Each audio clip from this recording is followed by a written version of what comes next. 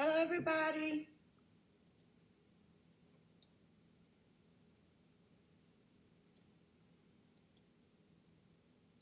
This is a sound check. If you can hear me, please let me know. This is a sound check.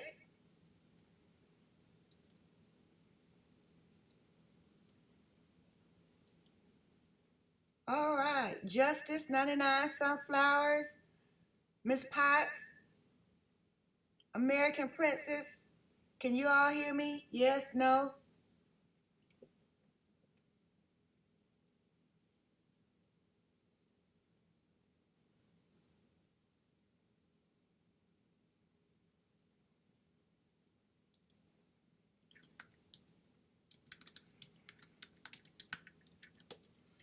All right. Can you hear me? Oh, a little bit of an echo.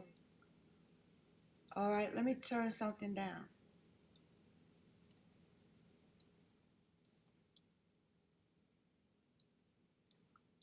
All right. This is a great night for a live.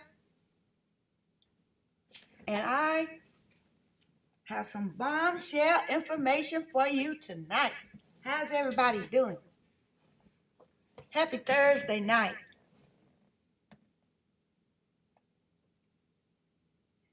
All right, we got One Maiden Nut, Miss Potts, Vicky Gutierrez, One Maiden Nut, Kathy Brown. Thank you for letting me know you can hear me. John's Custom Saws, already getting us started. I heard an interview or another channel about a major drug ring in Moscow, and 1122 King Road was slinging. They said, Maddie, well, I won't spoil it if you are covering it tonight. Well, Mr. Johns, if you could just hold that for just a little while, we're going to be on a completely different street. But I think you'll agree that this news that I'm going to drop on you, my new theory, is going to demand some attention, okay? Now, the first thing we have to do before we talk about my bombshell news, which is actually a new theory, I have to go over one or two things. All right, Miss Potts, so happy to have you live tonight. So happy to see you all here tonight. I appreciate you coming out and spending some time with me. There are some new documents dropped today. Okay, well, what I'm getting ready to tell you is going to make those same documents more interesting to you. All right, American Princess, I can't wait to hear the new theory. Well, let's get started because we're right at it right now. Okay, first I want to talk about this survey for about 1 minute. Okay, the options were for people who believe Kohberger was framed. Was it an officer leading the investigation? Was it an unknown officer? Was it a University of Idaho student or someone from Pullman, Washington that framed Kohberger? The majority of the people that voted out of 100, and I think about 113, 42%, which is almost close to half, believe a University of Idaho students, at least one, maybe more, framed Kohberger. And you know, that really is surprising because what I was getting ready to tell you about my new theory fits that perfectly. And so you voted now. So that's half of it, and I'm going to give you the other half. Miss Potts, I always choose Opie. Yeah, a lot of people do. A lot of people do.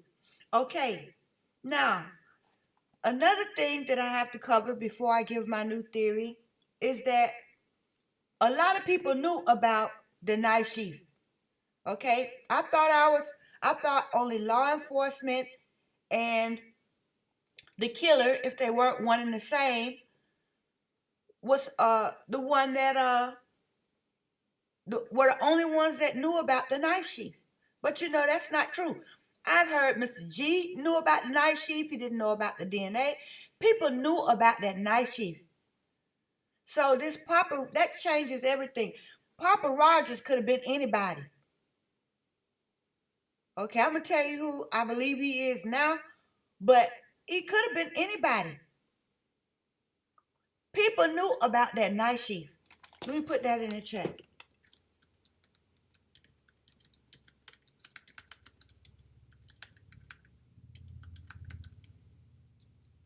People knew about it.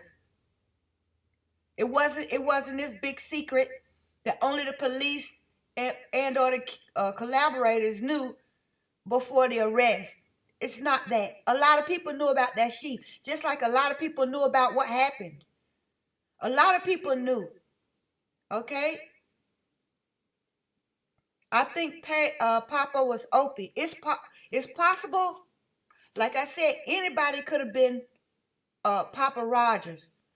But the main contenders would be Opie, Brian Kohberger, Kopaka, or the person that I'm going to give you tonight.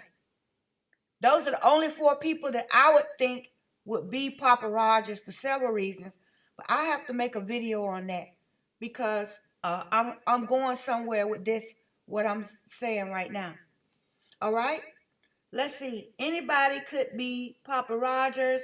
Now, the survey says that the majority believe frat students did it, and so do I. I believe frat, not necessarily in a particular frat, but I believe University of Idaho fraternity and sorority students are the perpetrators in this crime. And I'm going to put that in the chat as my opinion.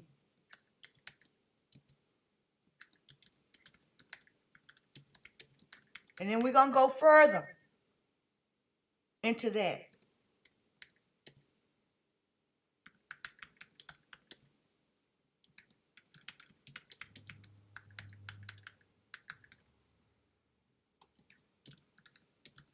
Now, you're going to trip when I tell you. I already know. But I gotta put it out there. All right? Now that we have that established, Bridget determined to get a brain. All right, shout out to Bridget. I'm going to give Bridget the first brain. Bridget B. For the simple fact that you got 2 initials B, and so the brain, that's 3 B's, okay? Shout out to Bridget B. That's 3 B's once you get your brain. And thank you for starting us out. All right. We got our first brain out there right now. Let's see. Let's keep going. All right. Okay, the frat students did it. Let me change my picture before I move. So happy to see everybody. Thank you so much for coming out. And let's take that off. We already said about Papa Rogers. All right. So right now, we're talking about the fact that this was done by a group of students and possibly people they hung out with, that weren't students, but most likely they were all either students or closely tied to the university. Okay, not only are they the culprits, but they were in the crowd of people that were there to call the police.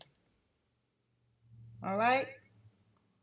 Our culprits are either University of Idaho students or, all right, Justice in the house. All right, what's up, Justice?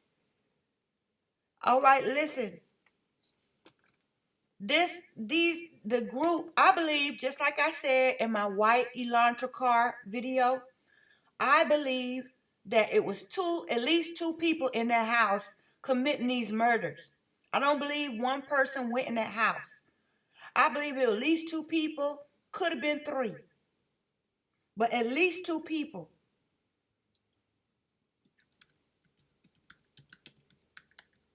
Now, just because I believe it's at least 2 people, It could have been that one person was in there actually doing it, but they had some help as far as a lookout, maybe subduing other people that were there in the house, telling them to, stay out of it or telling them to leave or whatever.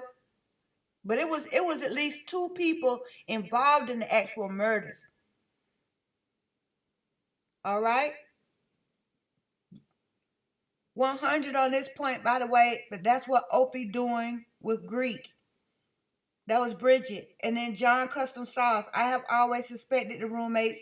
The 8-hour delay is ridiculous. The story in the PCA is laughable to me. True, true, true. True, true, true. All right, shout out to John's Custom Sauce. And he gets a brain. John's Custom Sauce. All right. Awesome points, and also we'll certainly be talking about that right now, as a matter of fact, because I'm just scratching the surface, so you'll be able to understand when I give you my point. Now, we're on the same page that this thing is the students doing, all right? And I believe after the murders were committed, all right, the students, and when I say students, I'm including Dylan and Bethany, all right? The students had to decide what to do after the murders, because it was one of them that was doing it. It's their people that's doing it. Their colleagues that did it. And so I believe, and here's my new theory. Drum roll, please. Drum roll. My new theory is the students got together in the house to decide what they were going to do about it after the murders. And I mean, that includes Dylan, Bethany, whoever called 911, all the students that came to the house or were standing outside as spectators. All of them. When I say students, I mean everybody I just named. Dylan, Bethany, 911 caller, students standing outside when the police came, all of them. They were deciding what to do. And by 8:30 in the morning, they had decided what to do. What they decided to do was protect the two or more that did it and frame somebody else. And the person that they decided to frame, I'm going to put him in the chat.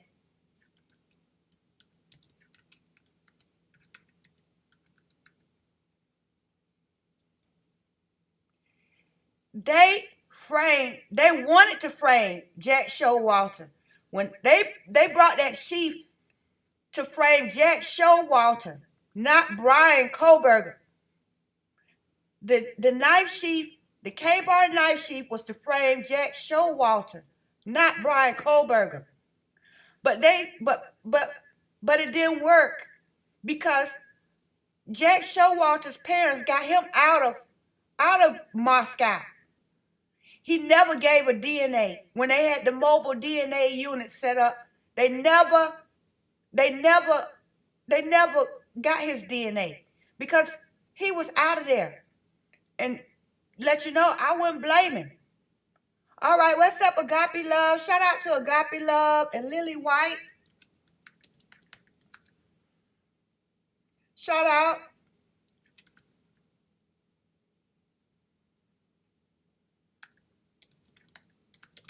All right.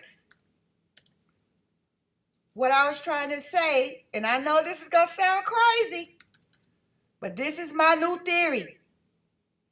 I believe all of them know exactly who did it. It's 1, 2, 3 people in their circle, and they know who did it. And they're covering for who did it for some reason. And they're covering for them, the knife sheath was left to frame Jack Showalter. Jack Showalter is why they left the sheath. That's who they were trying to frame. Okay? Let me change my picture right quick.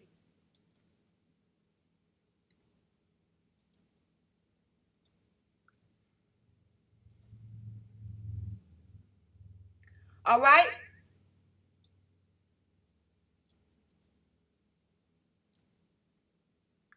All right. I think this is Miss Rock.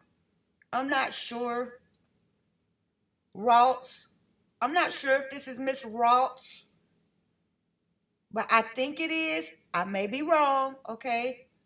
But I believe this is Teresa Ross.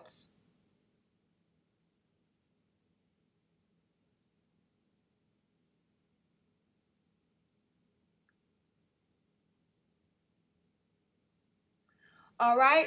Remember they had this petition. They had this petition on December the 7th. Teresa Ross, she started a petition to get back on Jack Showalter. On December the 7th, this is the same day they gave the press release. It's the same day they gave the press release. This is the petition. American Princess said, "What is this?" He got the heck out of there. Yes, he did. Yes, he did. I'm going to put this in the chat. I know y'all are like, what in the world? Hard truth. I'm putting in the chat. They know Jack had knives and hunted. They didn't like him. They kicked him out of the fraternity because they didn't like him. Because it's a lot of people that mutilate animals and do crazy stuff. They didn't like him. No. They had to blame that murder on somebody. Somebody lost it and did the wrong thing and killed those kids. Somebody had to be blamed. Somebody had to be named. I'm going to say my new theory again. The knife sheath was to frame Jack Showalter. And they ended up trying to put it on Brian, but that's not who the sheath was for at first. Teresa Ross filed it. Who said that? Miss Potts. Shout out to Miss Potts.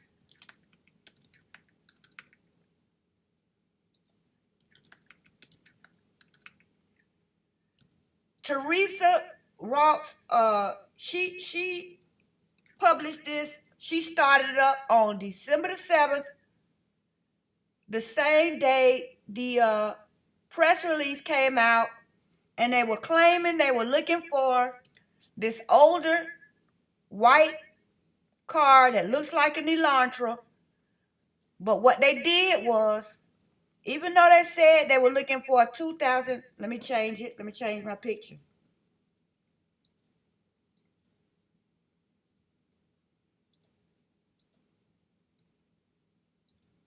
All right, hold on. Let me change my picture. All right, that was the same day as this press release.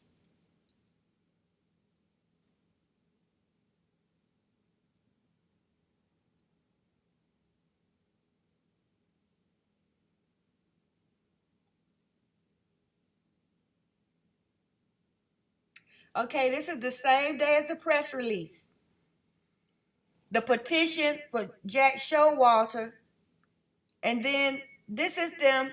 Now look at this press release, because even though they're asking about a 2011 to 2013 Hyundai Elantra, they're really putting like a 2016 picture on here. So the picture they put on there, that's what everybody was looking for. Some people don't even know how to read. So when they heard the press release and they saw this bulletin, they just look at the car, and that's the kind of car they were looking for. Because, I mean, everybody doesn't read that. And then some people that listen to it on the news, they just looked at the car. They listened to the press release. In 2011, 13, they heard that, but they're looking at that picture. That's a stock photo. It's a stock photo of a newer Hyundai. Even though they're asking for 2011, 2013, the picture they're putting out there is for what? A 2016. People looking at the picture for this press release. He's in the body cam for Banfield. Who is? Who is? All right. Shout out to Steve Kalen. Shout out to Steve.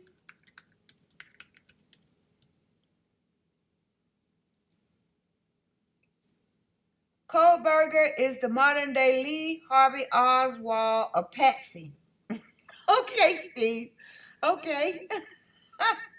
He's in body cam from Banfield. I'm trying to figure that out, Justice. John's Custom. Makes sense. People are usually killed by loved ones or peers. 8-hour delay with staging, cleanup, and calling people. Pull roommates' phone records. Shout out to John. Because guess what? I'm going to tell you something else that's going to blow your mind. You're going to be like, no, a hard truth, you're going too far.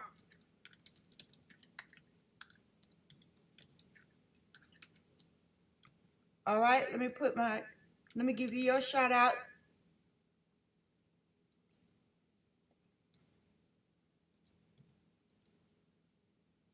Okay, the next thing, I'm glad you brought that up, John, because guess what? I want to bring up the fact that I really believe they did call the police. Put that in the chat.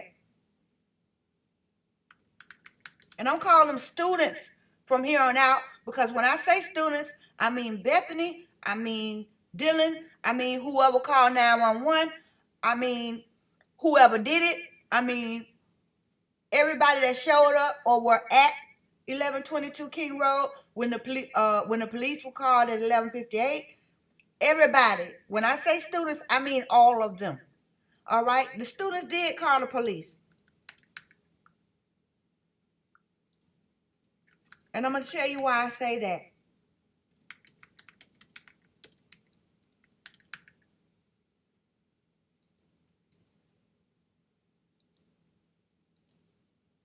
Now, the students did call the police. I just believe that somebody in that group knew somebody that was Moscow police and called to get some advice. All right? They might have even known Chief Fry. He was out of town. They might have called him and said, hey, we got this big mess. What are we going to do?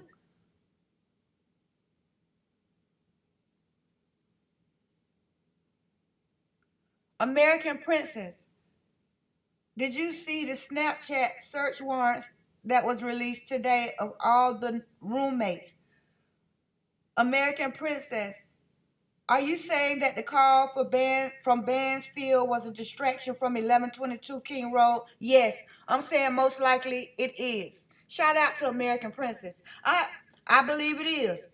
Because not only were police called for somebody walking around with alcohol, which is what everybody in that area does. Okay, people were running in the background between the guys in the house, the murder house. People on camera running in silhouette. We hearing sounds like screams. A lot was going on during that Banfield call that we weren't really supposed to see. Especially people running in the background.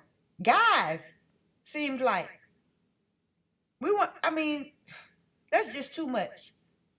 But anyway, shout out to American Princess.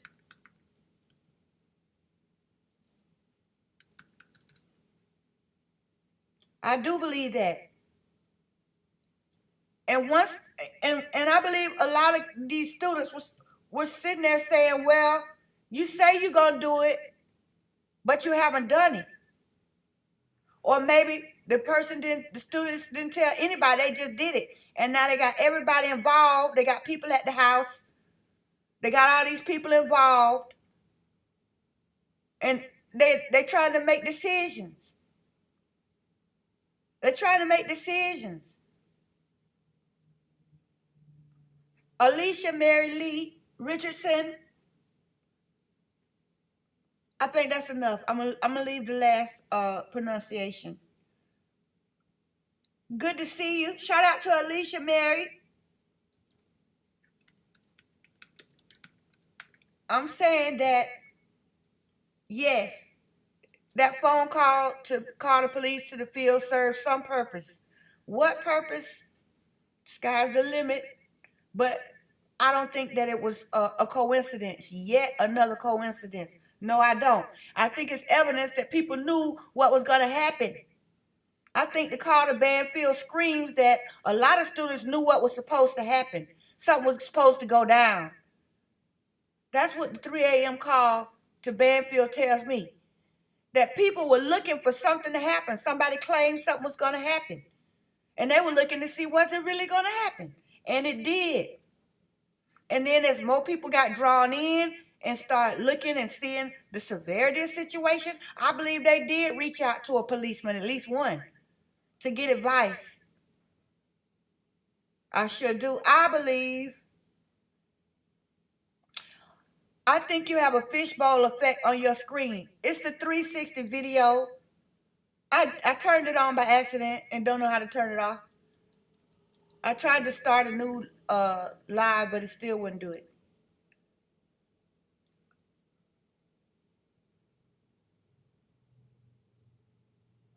Okay, and so yeah, I'm sitting here, the button's grayed out. I can't even go back to it and say I didn't mean to do that.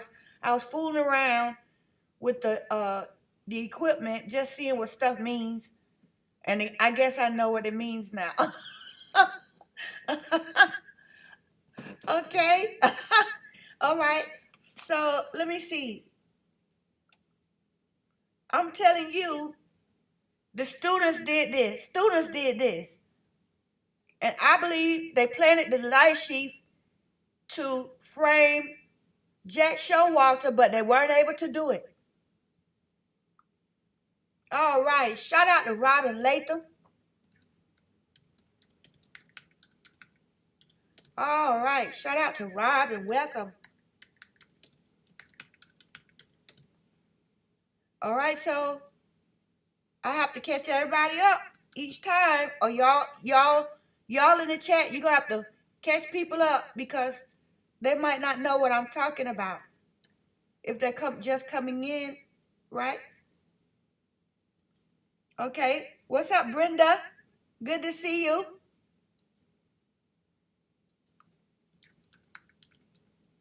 All right, Brenda, shout out.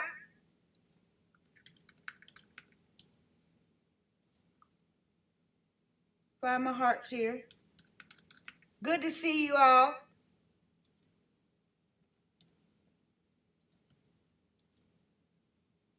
All right.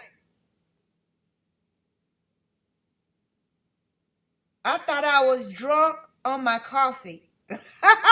All right, Brenda. Okay, so let's see. Where were we? Okay, this press release, they released, oh, I forgot another part of my theory is, not only do I think that the sheath was meant for Jack, I also believe there's a possibility that Jack Showalter was Papa Rogers. Just a possibility.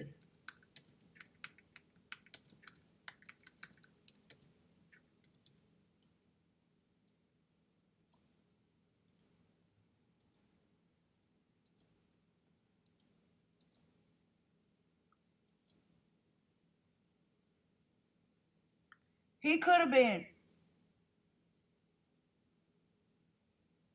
All right. Hello, darling. Been watching all along. Keep it coming. Hello, Laura. Shout out to Laura. Sabo.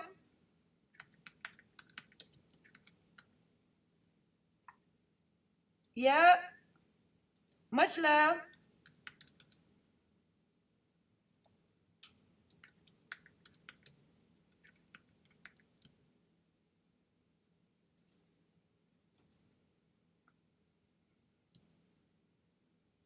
Okay, so here it is.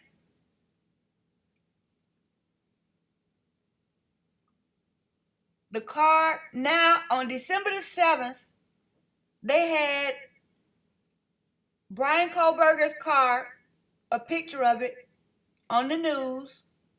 It doesn't matter what year they said to look for. People look at pictures. And so they had a picture of a car that looked just like Brian's on the news, December the 7th. The plot to set Jack Showalter didn't work. His parents had the good sense to remove him from the area.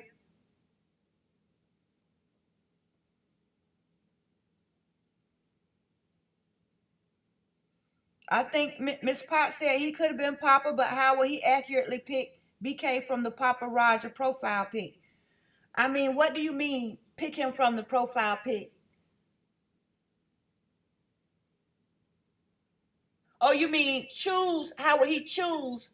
How would he know to choose Papa Rogers as the profile pic? Now that could have been coincidence. That could have been coincidence. Because whoever started this with Papa Rogers could have meant a lot of things. They could have meant Elliot Rogers. They could have meant the Vietnam War meaning. They could have meant 2 or 3 different things by choosing Papa Rogers. It looks just like BK, absolutely. But like I said, December the 7th, his car was all over the news as the car they're looking for. And November the 30th was the first post that I can ever find of Papa Rogers. Okay, Miss Potts, do you agree that the Papa Roger post didn't start till November the 30th?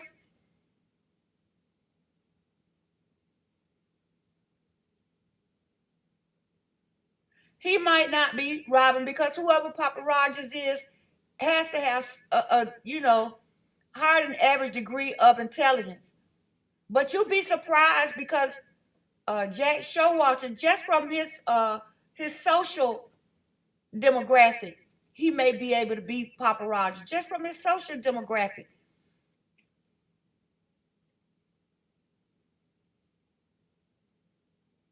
One Maiden Nut. Shout out to One Maiden Nut.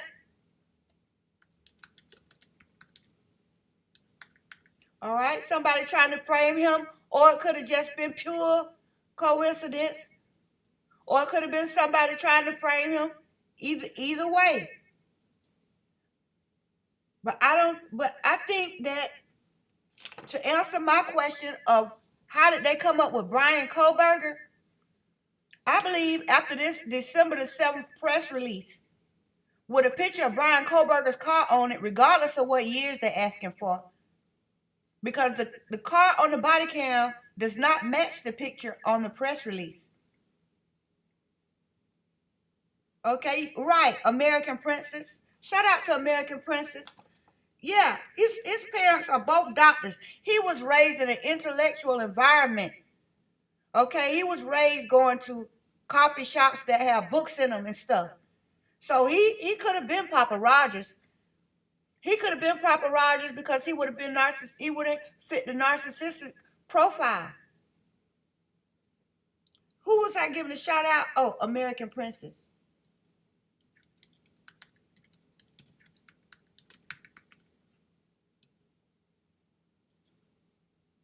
Okay, Miss Potts, absolutely agree with you. I'm just trying to figure out how Jack S. and the students potentially involved got BK touch DNA in the sheath and picked a PC that looked just like him. Okay, well, do they have his DNA? I don't believe they have a drop of anybody's DNA. No, there's no evidence whatsoever that I have seen that the police have not only Brian's DNA, anybody's DNA. It's never going to be presented at trial. We have no evidence whatsoever that the police have Brian's DNA or anybody else's for that matter. I believe nobody's DNA was on the sheet. I believe when the students planted it, they used gloves and there was nobody's DNA on the sheet. Let me put that in the chat. There is no evidence, never has been, and still isn't any evidence that the police have Brian Kohberger's DNA off a knife sheath. As a matter of fact, it's been published. Mr. Howard Bloom and other professionals, and it hasn't been rebutted. It's been reported that the first time the sheath was sent to the lab, Idaho State Lab, there was no DNA on it at all. No DNA.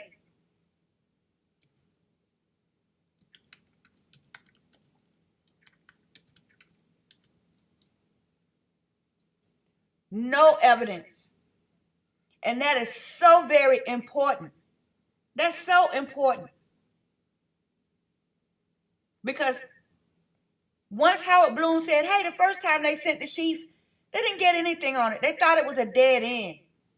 Nobody rebutted that from the defense. Instead of saying Mr. Bloom is telling a bold-faced lie, we most certainly did have a strand of male DNA. Instead of the police saying that, they're begging for alibi information. They want to know what evidence the defense has. Why? You've got his DNA off of a bed in the house. That's what you said. That's what you said.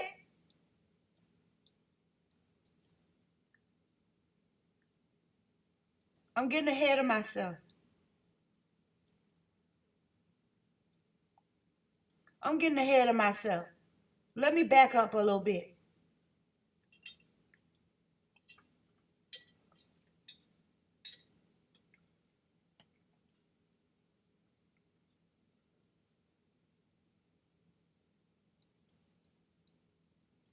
Absolutely.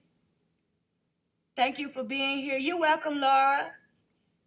Lily White, coffee shops with books. Right. I'm just saying. You know, coming up, they used to take us to the library all the time. I mean, the big downtown library with like 10 floors, and just set us loose. That was like a ritual for us to be around books.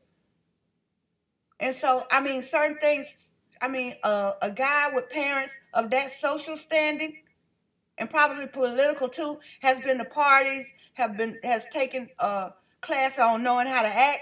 I mean, a lot of philosophy. God only knows what's been put in him. Okay, so he could have been Papa Rogers, and nobody would have seen it coming. Robin Latham, they say that little DNA on the sheath, BK could have possibly never even touched that knife sheath. John's Custom Saws, I agree they do not have any DNA, especially on the sheath, which again points to a cleanup and roommates. Shout out to John's Custom Saws and Robin.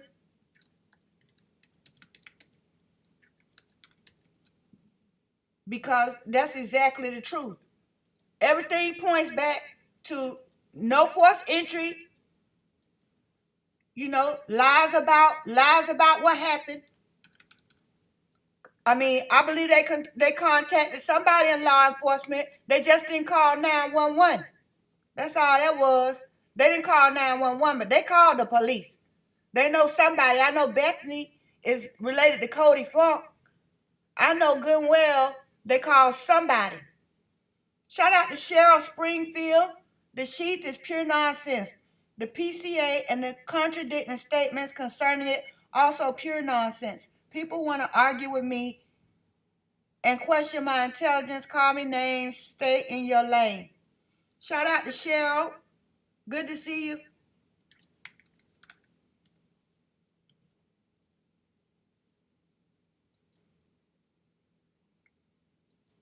I'm just saying people get upset, but the truth is the truth. All right? Maybe this is why prosecution doesn't want to turn over the methods used on the genealogical DNA evidence. Defense did ask for information on the other unknown male DNA on the sheet. They did ask for it. Shout out to Miss Potts. They did ask for it. They certainly did.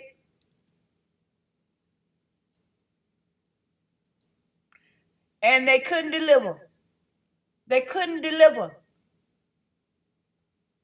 They couldn't deliver because it's a big lie. There was no DNA on that sheath. We had a hard time believing there was a sheath at all.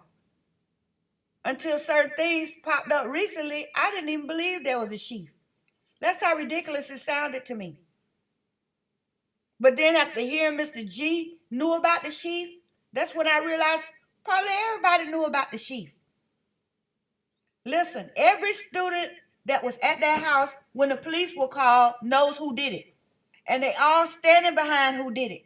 It's more than one student involved. And they cover them for all of them. And the reason why they're calling for them is because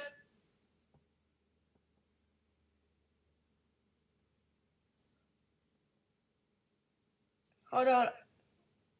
I agree. I don't put much thought to the sheath at all. Right. Shout out to Lily. That's right. Because guess what? It was a bunch of garbage from the beginning. The fact that they had the sheath from the beginning and they couldn't make a play with it until they arrested Brian lets you know it's the students, the roommates, it's the kids. I'm going to show you something else. Let me change my screen. Because I believe the sheath was meant for Jack Showalter. I believe the students left it for him. That's what he was supposed to get. They were setting him up for it. I believe they covered him for the 2 or 3 that did it. And they planted the knife sheath for Jack Showalter to take the fall. But that didn't happen. And so they were left looking for suspects all over again. Because in the beginning, they weren't looking for any suspects. The first 2 weeks, they were not looking for any suspects because they already knew who did it. And I'm going to show you why I say that. I got anybody from UK in here to back me up on this one. Daily Mail.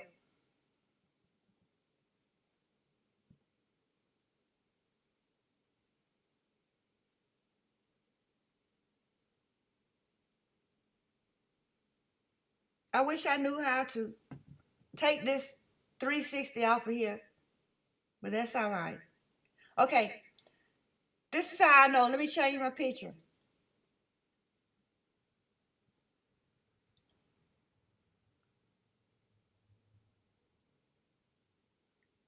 Now, let me find the picture. Hold on a second.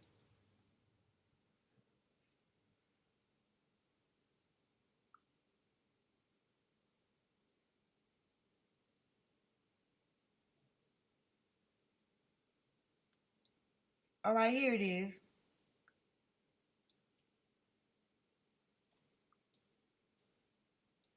All right. Okay, so like I said, they weren't looking for a suspect the first week or 2 because they knew who did it.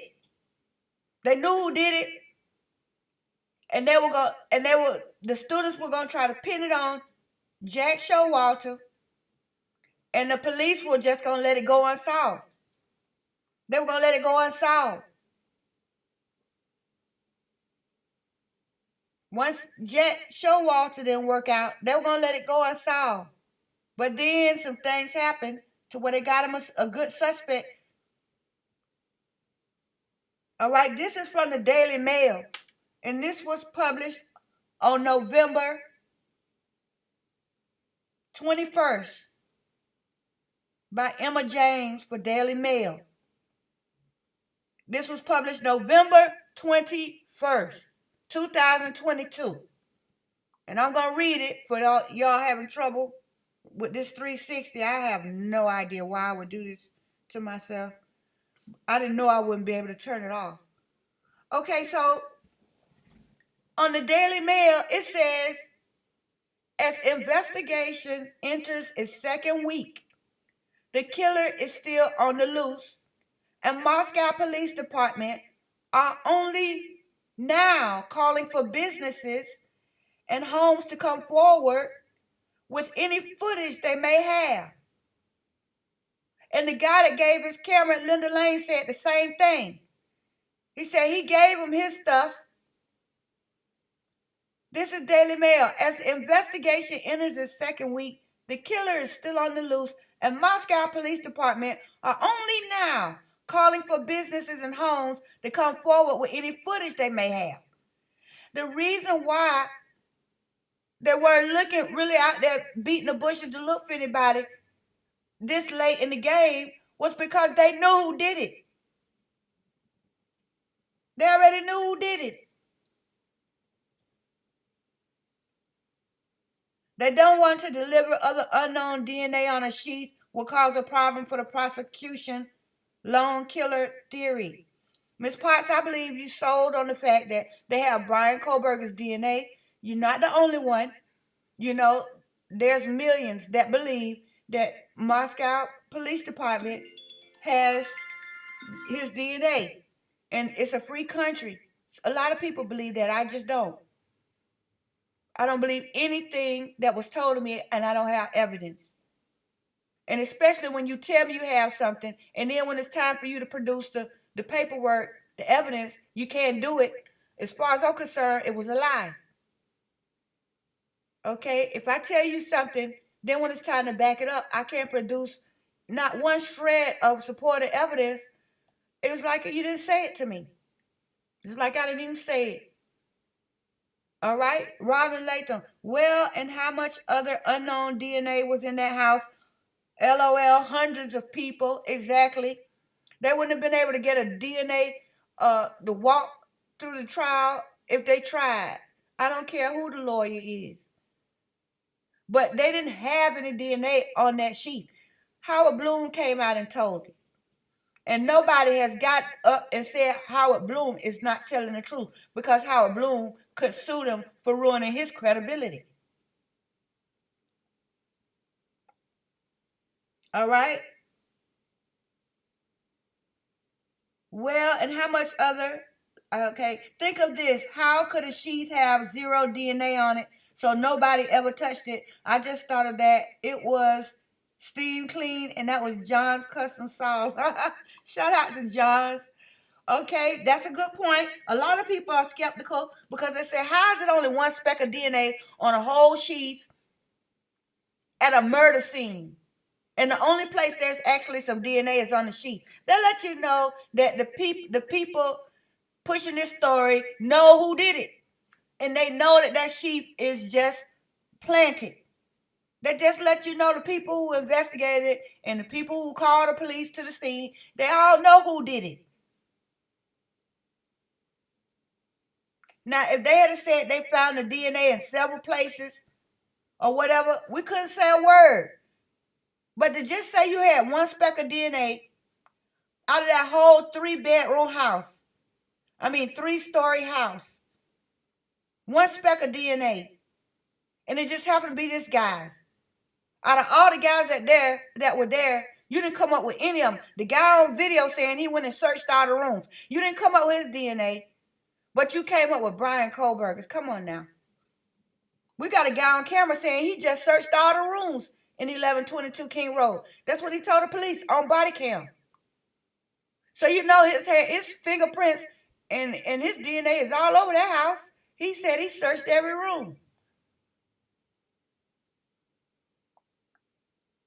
So no doors were locked.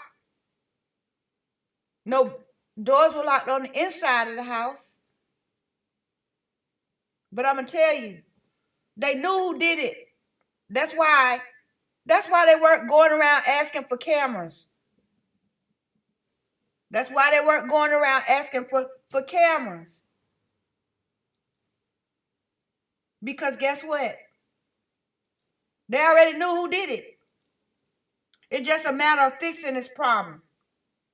Because the students are covering for the ones that actually did it. And the school they really don't need it. They don't need that problem. Okay, Miss Potts.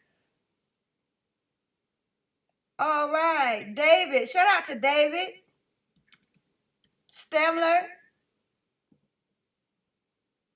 Shout out to David. Let's get back to Miss Pikes. No, I'm saying prosecution didn't want to deliver the other unknown male DNA found on the sheath to the defense because it would debunk their lone killer theory. Okay? Well, what I'm saying to you is, let me try to say this a different way. They didn't have any unknown male DNA to deliver. They never had that. They never had that. Because even if they had delivered it to the defense as just one person or multiple people or whatever, I mean, that wouldn't have stopped them from claiming the lone killer theory to hand it over. Because one way or the other, either the sheath had nothing on it, one suspect or multiple. Regardless of how many people touched the knife or they had DNA of, they still could have claimed one killer theory because they could have said, if somebody else planted the knife, it's supposed to be more than one DNA on it. Okay? If somebody planted it, it's supposed to be more than one.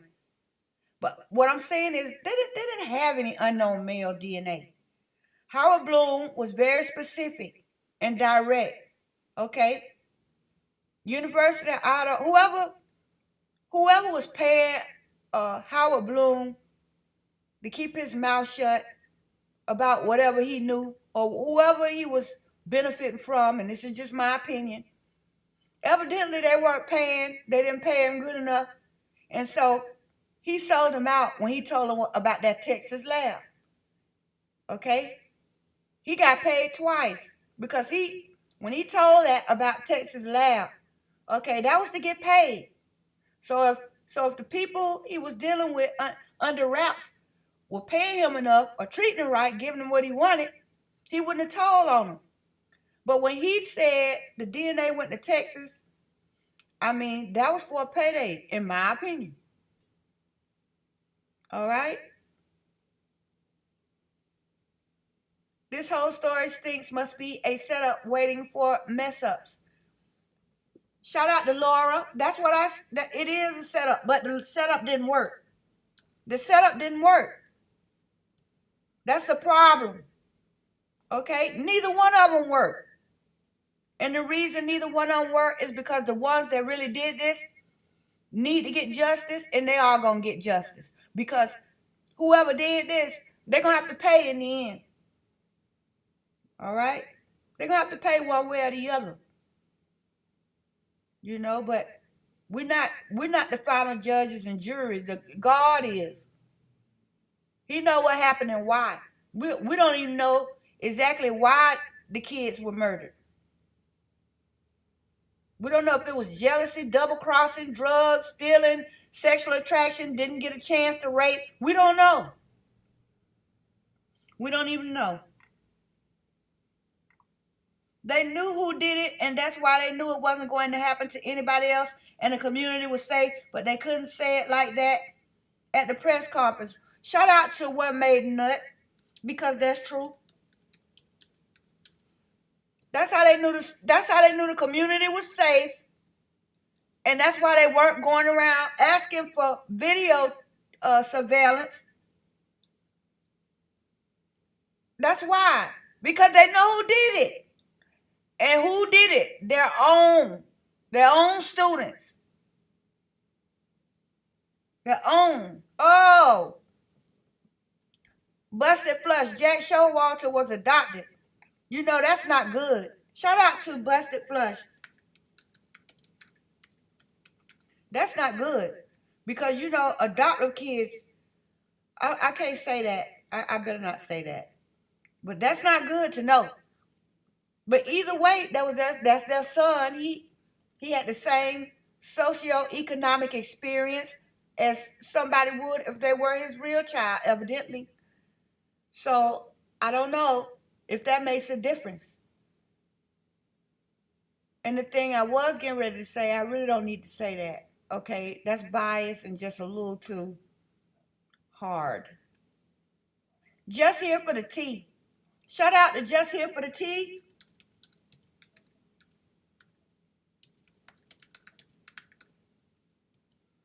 Good to see you. All right, so the police knew who did it. All the students that came to that house knew who did it. The time between 4 and probably about 8:30. By 8:30, decisions had been made, and they had called people. They had called people. They had called a cop. Out of that group of kids, somebody knew a policeman. They did, Miss Potts. Shout out to Miss Potts. That's important. You know how the FBI, you know how I know that's true, what you said? That the FBI smelled probably 6 or 7 rats and decided they didn't want to tarnish their reputation. When Brian Kohberger and his father was stopped in Indiana, rumor was going around that the FBI organized that because it was outside the state of Idaho. But the FBI publicly said they had nothing to do with stopping Brian Kohberger and his father. Nothing. So, I mean, they already came out and said that. Nothing to do with it. Just Here for the Tea. I hear his name all the time, but I don't see any connection. To me, people just think he was involved because he was killed by SWAT.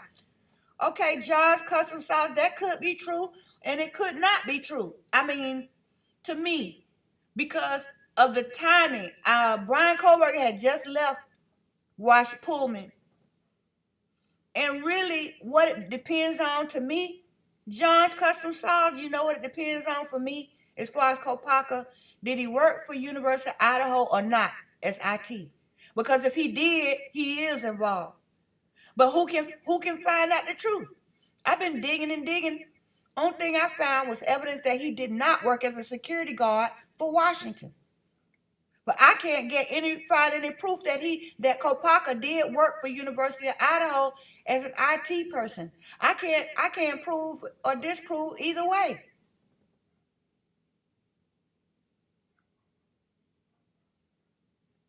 I cannot prove where Kohberger worked. I cannot confirm it one way or the other. And I have been digging.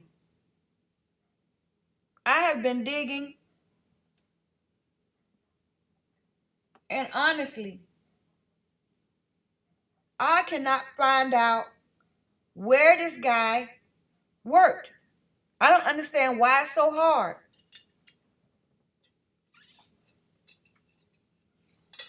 I just don't understand why it's so hard.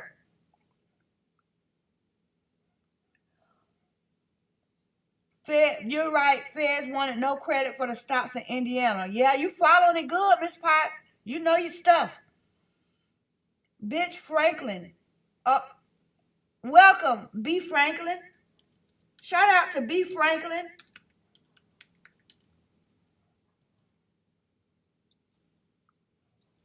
All right. Welcome. Welcome,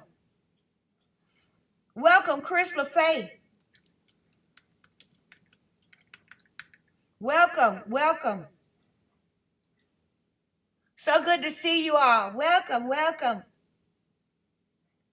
They say BK was on camera at that coffee shop next to Brent's apartment at 3 a.m., then again at 5. Seems weird, fits into the time frame of picking him up and dropping him off, but I'm still not convinced. All right, I did a video on that, Robin, the last video with the coffee house, coffee or A&W. He wasn't necessarily at Kohberger's apartment. He had to pass his apartment, and the map can be very deceiving if you don't spread it out, but he wasn't necessarily at his apartment at those times. Okay, he had to pass his apartment to get home, to get back and forth. All right, so I don't know where he got that from, but I have found different, but Supposedly, Kohberger had seen the cell tower dumps on the area of the house. It's possible. It's possible. That's why I said it depends on his job. Because if he worked for University of Idaho IT, then I believe all of that. Shout out to Chris. Matter of fact, I'm going to give you a brain tonight, Chris.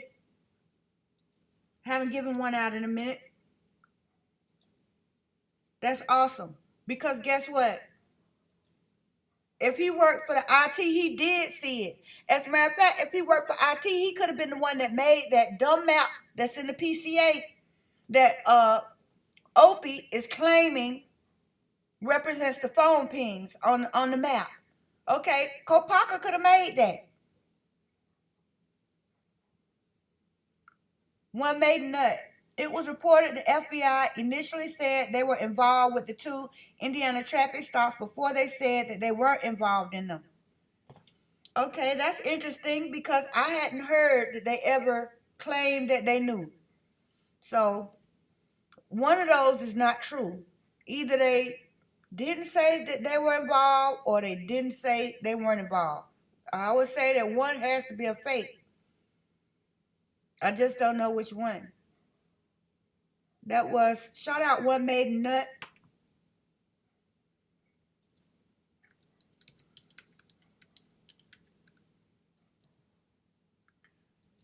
All right.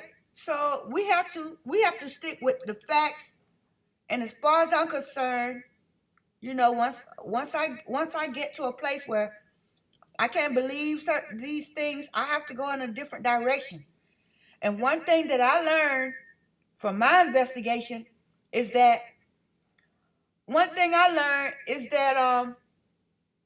anybody could have been Papa Rogers. Whoever mentioned that sheath was just one of many people that knew about it.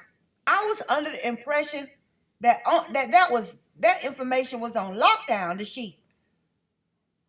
But it's just not true. Anybody could have been Papa Rogers as far as the sheath. Only thing we need to look at is the timing, though. November the 30th. November the 30th is when the first Papa Rogers post came out. And he was immediately talking about the sheath, something he shouldn't be talking about. Now I'm going to ask y'all a question. And I'm going to put it in the chat.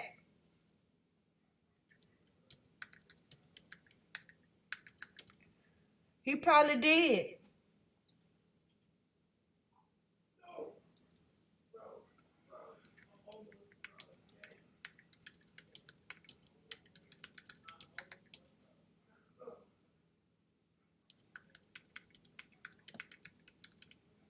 All right, there's my question.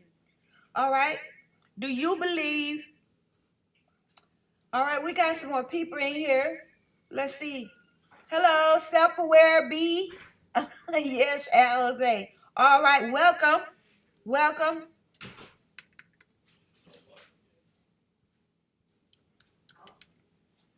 Welcome. Let me see who else is.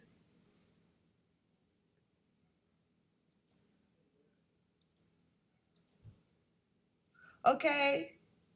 Laura, yes, busted flush. I think you might be right. Crystal Faith, tower dumps must have been some sort of damage to the police exposure of the real suspects, my opinion. Right. Those tower dumps it was a problem. Shout out to Chris. Right. Just here for the tea. Thanks, guys. Yes, I believe so too, Busted. I have thought the very same thing. I believe he was killed because of what he knew, possibly. Yes. We just shout out for Just Here for Tea.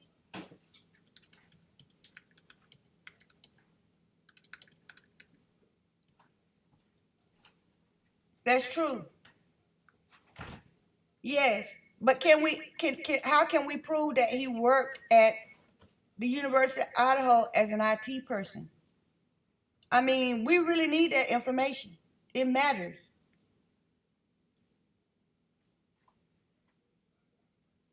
John's Custom Sauce. I feel you all on Brett. It's weird. Timing is definitely interesting, but all the digging people do, I would think someone would have found something concrete. The IT angle is interesting. I agree, Johns. I would have to know what his job is. I would like to verify where Kopaka was working when he was killed. I mean, concrete information. Where was he working? And why is it such a secret? Why can't we know that? Why is it so hard for us to know that today? Why? Robin Latham, I know, but the coffee house is next door. Okay, I see what you're saying. The coffee house and the apartment. Okay, so do we have concrete evidence that Brian Kohberger was at the coffee house or Kopaka's apartment? Either one of them. What do we have besides a phone ping? Because if you read the PCA, it's not even verifying that the movement, the car movement in Pullman is Brian's car. They still calling the suspect vehicle 1. They haven't even verified that the vehicle they claim they're following around in Pullman, Washington is Brian. They still calling it suspect vehicle 1. Hard Truth, the realist, Chris LaFay, Laura Sabo. They can use a satellite to track anyone. They know who did it. Shout out to Laura. They know exactly who did it. And then somebody say, we're going to have to produce a suspect sooner or later. And then somebody else said, you bullshitting. You serious? Shout out to Laura. Y'all need to produce a suspect. Oh, for real? Let's go find us a suspect, fellas. Come on, boys. Let's go find us another suspect. We could use a satellite. Do you believe Papa Rogers was created to broadcast the sheath? That's my question. And I do believe that because not only do we not know where Kopaka worked 5 or 6 months later, we also don't know whether or not, as far as I'm concerned, Papa Rogers never posted online until November the 30th. The first post he made, he was talking about the sheath. The first post Papa Rogers made was about the sheath. I can't find not one post online from I'm talking about the real Papa Rogers that joined the discussion group, the real one. You can tell one from the other. I'm talking about the real Papa Rogers, the one that posted on November the 30th about the sheath. There's no other post of Papa Rogers before that one. So I'm thinking by now, who was it? I think it was Miss Potts or somebody else was saying who was that said how did he know to match Papa Rogers' profile to Brian? Who was? Oh, Jack Showalter. Right. Okay, this is where you would be right, because it would make more sense that Papa Rogers was a part of the police or one of the students that know who did it and covering for somebody. That's who I said this was months ago in my I know who did it, and that's who I say it is now.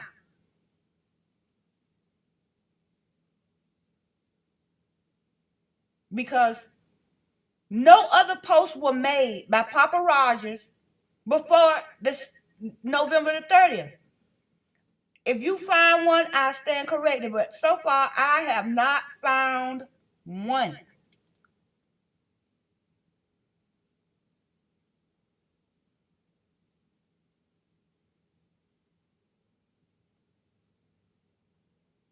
What's up, Kelly? Good to see you. Shout out to Kelly. All right. About time. Oh, and looky here. Just Amber. About time. Welcome. Good to see you all. Good to see you. All right. Papa, What I'm telling you is, let me change. Let me put this on here.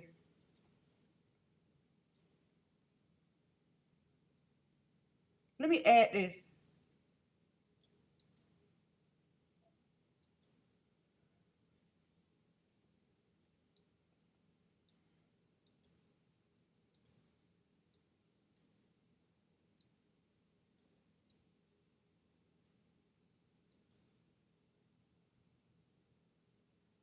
Now, he joined the discussion group.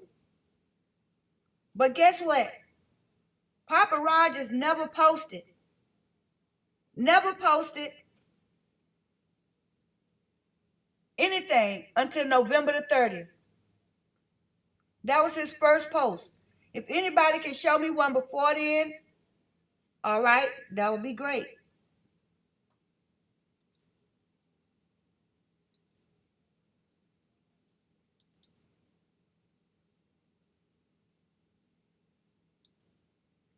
Now, let me, I don't know why I didn't change screens. It should have changed screens.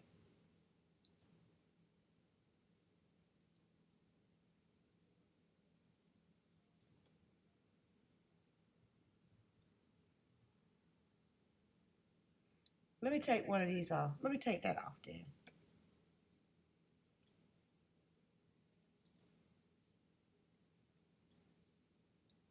The fact that the first Papa Rogers post was November the 30th, it just makes me think that the purpose for it in the first place was to start talking about the sheath and just finish setting Brian Kohberger up, or somebody, Jack or Brian, somebody. That was the only purpose for it, because he came out talking about the sheath. Whoever Papa Rogers was, his first post was about the sheath. And that's bad, because his first post shouldn't have been about a sheath. That threw a lot of people off. That threw a lot of people off.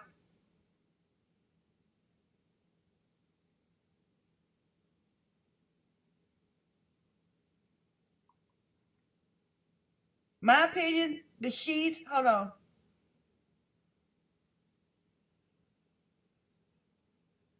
Oh, I skipped some stuff. If Kopaka case is closed, a FOIA can be requested on the case. If it's still under investigation, no records will be released. Agape love. Cheryl Springfield, cranky. Yes, it's true. Actually turned down 4 times in Moscow. That's why PCA for Idaho is only one mentioning DNA. That's right. That's right. Robin Latham. I did hear an audio of the SWAT deal on Jules' channel yesterday, and it was the first time I heard about a roommate. The officer was describing what one of them had on to dispatch. You see? Keyword roommate. Shout out to Agape, Cheryl, and Robin.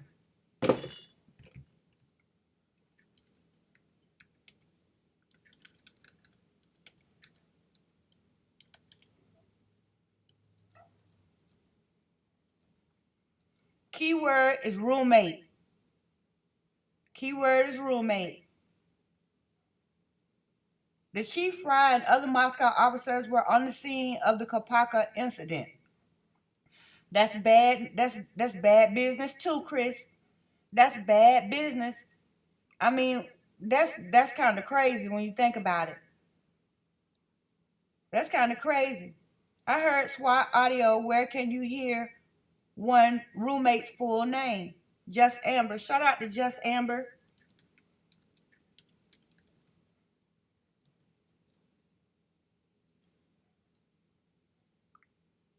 All right. Cranky One. Thank you, Cheryl. Okay, Cranky One. Shout out to Cranky One. Welcome.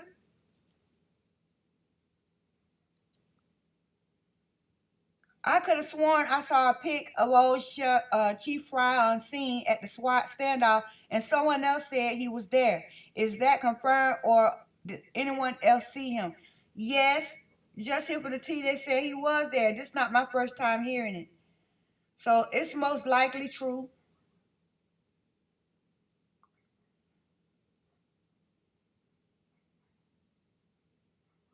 Yep. Oh, shout out to Miss Potts and Agape Love. Y'all on it tonight. I'm gonna give both of y'all a brain.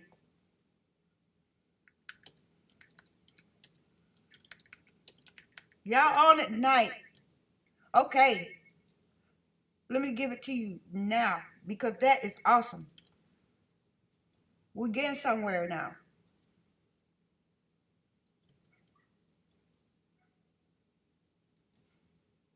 Okay, I'm gonna read the post and let me get this. I'll read the post. All right. You're onto something for sure. WSU security called in BK's car 11:29 and Papa pops up the next day. Exactly. Exactly. They claim they asked WSU to look for it on the 25th. And they claim they ran into it on 29th. And then on the 30th, Papa Raj is talking about a sheath. You own it, Miss Potts. But before that, let's back up to November the 13th. Because as you can see, they're just not getting to Brian at that time. They're just not getting to Brian. The week that it happened, the day that it happened, that week when they left that sheath in there, they didn't leave it in there for Brian. They left it for Jack Showalter. And when that didn't work out, that's when they got out there and started asking for videos and trying to go and do this and do that and talking about going and asking another campus. They might have done it after that. But in the beginning, no. They know who did it. And they had a suspect. The roommates gave them a suspect. But they couldn't make anything out of Jack Showalter. The same ones that had him kicked out is the same ones that gave him to the police, probably.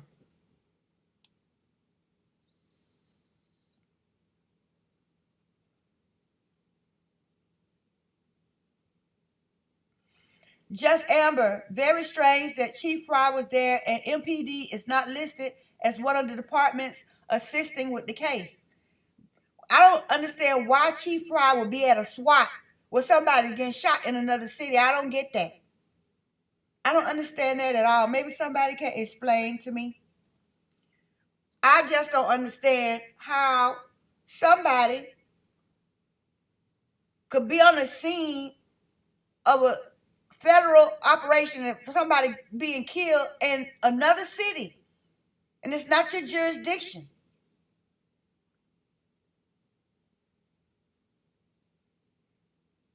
Yes, totally agree. Papa Rogers' account knowing about the sheep was so off the wall, it had to be inside info. Nobody would have pulled that out of that thin air. True. Shout out to Johns. I mean, that's the only, he came out talking about a sheep. That's the first post that I looked for a long time. And I was like, when did he join this group? When did he start talking? And come to find out, when he started talking, he was talking about the sheep. That's crazy.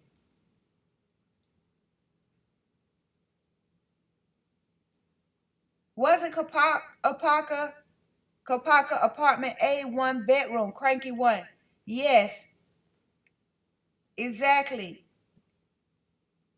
Cranky, I've heard it was A1 bedroom. We're talking about Kopaka's apartment A1 bedroom. I've also heard he didn't live there.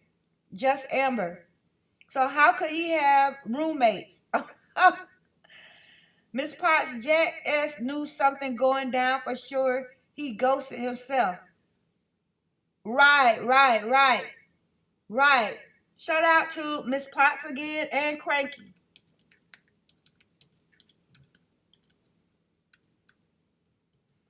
That's right. I'm saying these are only things that make sense. Okay? It's a dirty game. And these girls, these girls are not in it by themselves, DM and BF. They're not in it by themselves. It's a whole group of them that know exactly what happened. It's a whole group of them been in that house before the police. It's a group of them that got together and decided what they were going to tell police. It's the students all the way.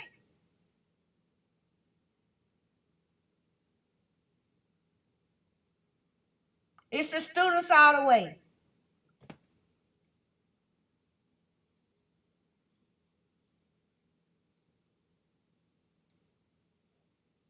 Welcome, Becky Schnack. See if I can see. Becky Schreider. I'm not sure if I got that right, but welcome, Becky. Hello, Becky.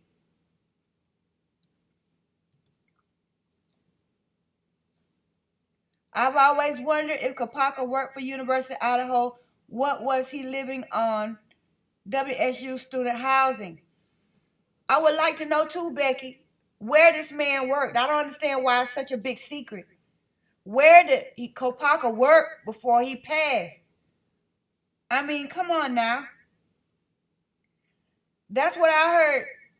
I also heard that too, just here for the tea. But I also found evidence that he didn't work for WSU. And I think I showed that in my last live, if I'm not mistaken.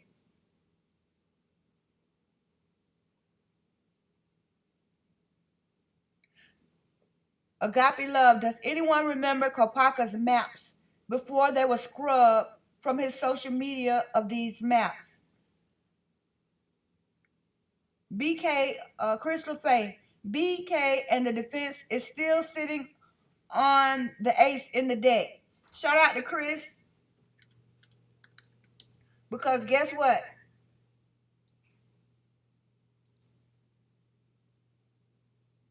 I believe for my poker players, I believe Brian Kohberger and his people are holding a straight in their hand. Could be a straight flush.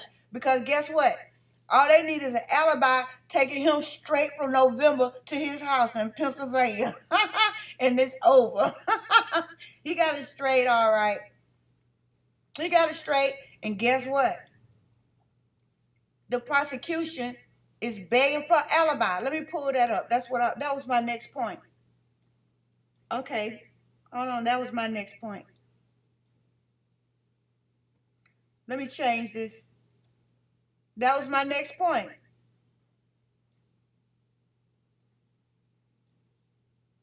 For all these people, they're just convinced that the state of Idaho has this great big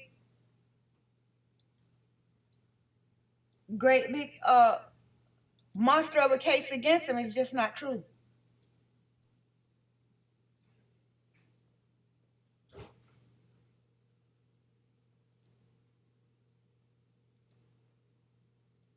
All right, here it is. It's so slow changing the picture. That's what I wanted to talk about. All right. Amy D, welcome. Shout out to Amy D. Good to see you.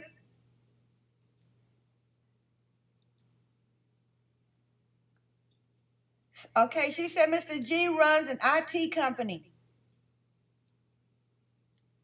Intelligence, that's why he's missing. Just here for the tea. Agape, I did see them, but can't remember. The picture I have of them is small. He had some quite interesting picture on there, almost like he was trying to tell something. All right. Shout out to Leah's story. What's going on, Leah?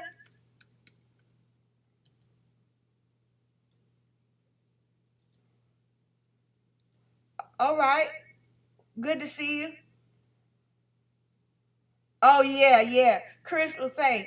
Nancy Grace is doubling down on the BK the monster narrative. Yeah, she's doubling down all right, so she can keep milking the well. Okay? She don't have any choice but to double down. Because guess what? All the stuff she said about Brian, she got to act completely surprised when things turn out another way. She got to carry this to the end. And then when things pop, some more evidence to the contrary pops out in favor of the defense, she got to act completely surprised, completely flabbergasted. Okay, we need to wait for that Nancy Grace flabbergasted act at the end of the trial.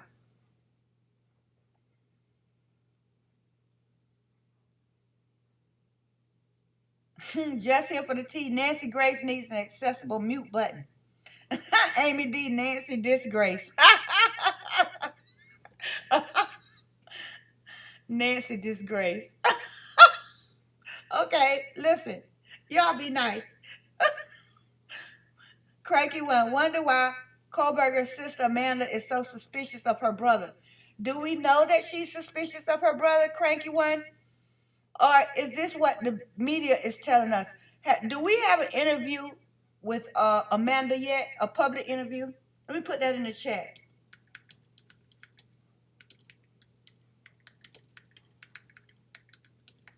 Because you notice all of this stuff about his family came out at the same time. The grand jury for his parents. I mean, they just working on the whole family, basically. But do we have a public interview for Amanda Kohberger? Huh? Do we? Do we, Cranky one, do we have a publicized interview with Amanda Kohberger where she's stating her opinion of her brother, or a verified social media account where she's posting anything about her brother? Do we have that?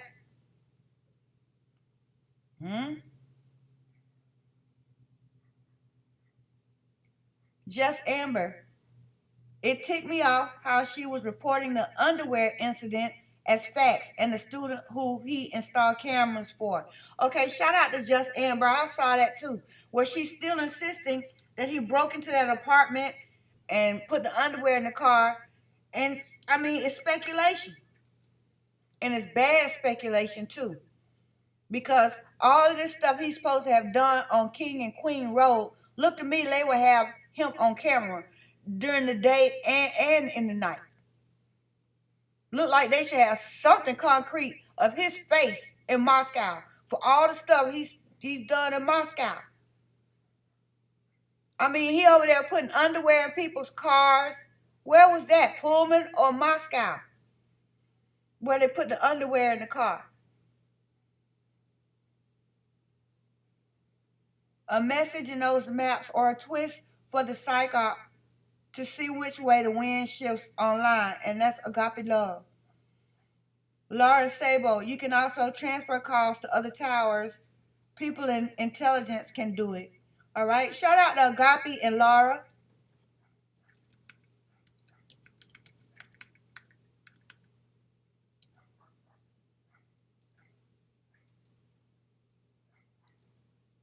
Okay, you can also, I read that. Becky Schreider, isn't that on that Papa Rogers posted November 30th? They found out about BK November 20th. Ain't any posted until December when BK was arrested. I think it was law enforcement. That's the conclusion I came to also. And who was that? Who is that?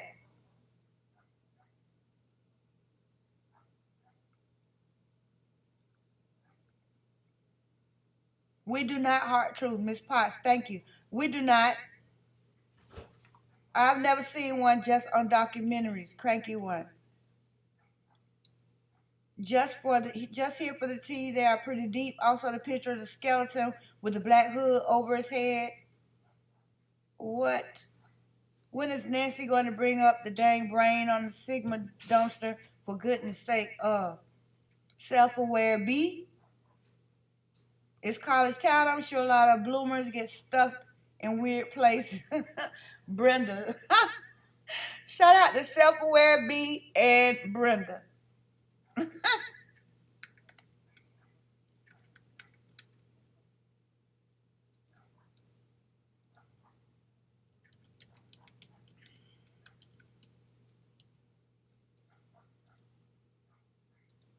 All right.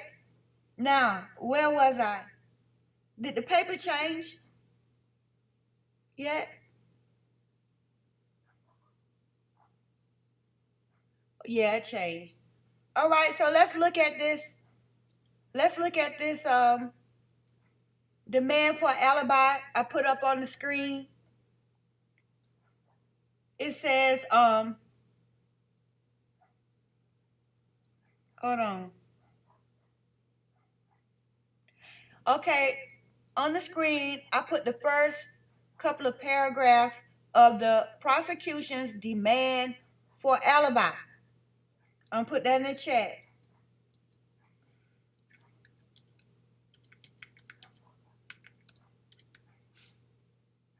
That's where we are right now. Okay? It says State of Idaho versus Brian Christopher Kohberger. Please take notice that the undersigned, pursuant to Rule 16 of the Idaho Criminal Rules, requests discovery and inspection of the following information, evidence, and materials.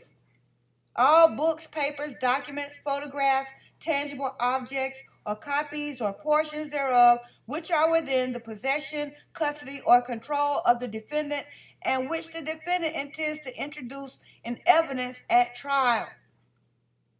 Okay, so the prosecution is saying, hey, give us whatever alibi you're sitting on that's causing you to plead not guilty.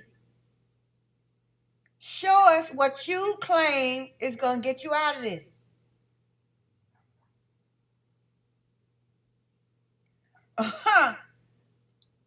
All right. Listen, just here for the tea. Demand for alibi, shouldn't they have checked that before his arrest? Shout out to Just Here for the Tea. As a matter of fact, you get a brain for that.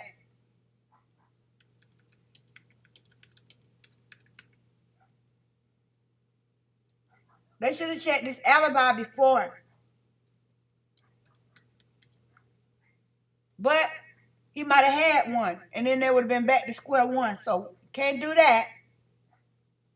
Okay? I never heard of really just arresting somebody like that, and they haven't even confessed to the crime, and you haven't interrogated them. You talked to them for 10 minutes and decided this was the guy? Who does that?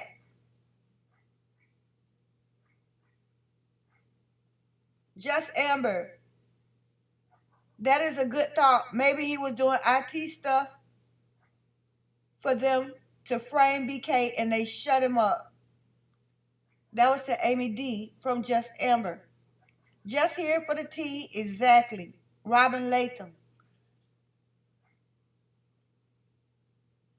Yeah, you got a brain. Just Here for the Tea for what do we call it?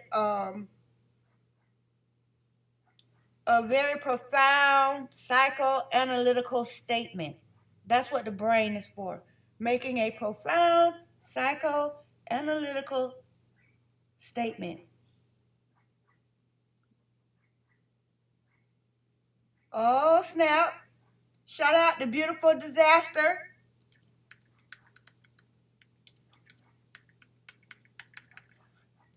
Good to see you. Good to see you.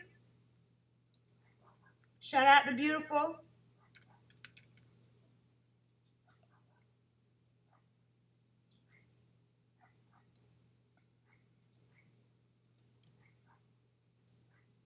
All right.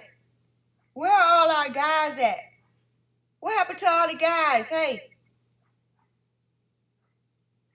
Guys, we need to hear from you. Don't let us run you off the table.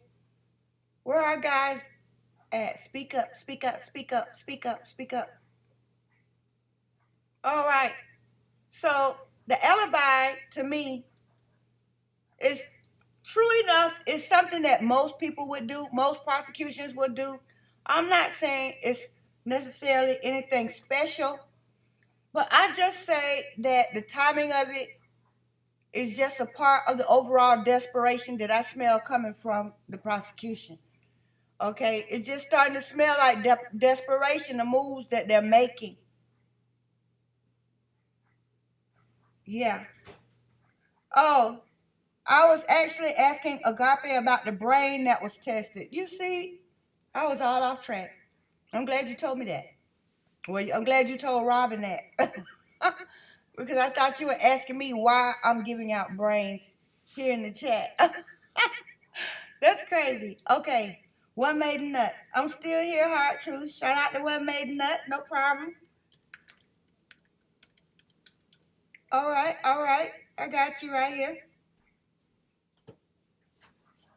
Robin wouldn't even tell me. She was gonna let me go on in my delusion. See how she is. Well, she wasn't gonna tell me.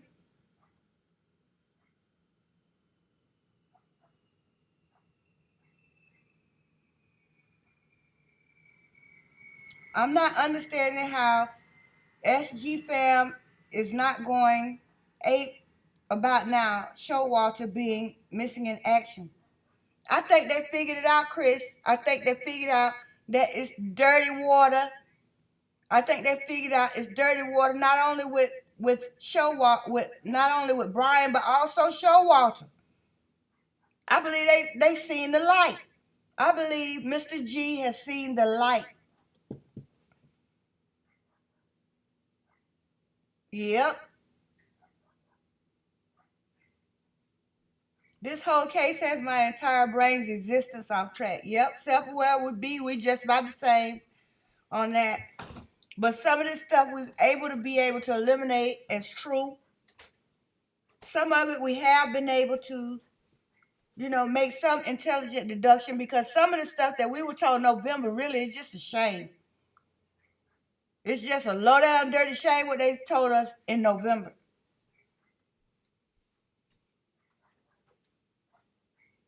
The one found on the dumpster. I know, Agape. You see how long a day has been? Shout out to Agape, love. Hold on.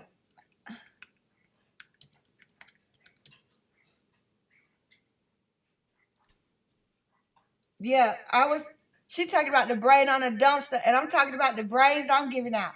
Which, by the way, somebody needs to earn a brain right about now. Lisa Thompson. How could it not have something to do with his state of the forensic cloud stuff? LOL. You know more about that than me. That little crime town has a history, and someone is keeping secrets safe. Shout out to Lisa Thompson. As a matter of fact, I'm going to give you a brain, because they're keeping some big secrets. They know exactly who killed those kids. They know exactly who killed those kids. That's the secret they're keeping. And since the people that did it are not going to be locked up, it's got to be somebody. I think that they were going to let it go as unsolved. But people started raising holy hell. But that's the secret they're keeping, that all those kids that was in that house before the police came know who did it. They consulted with each other.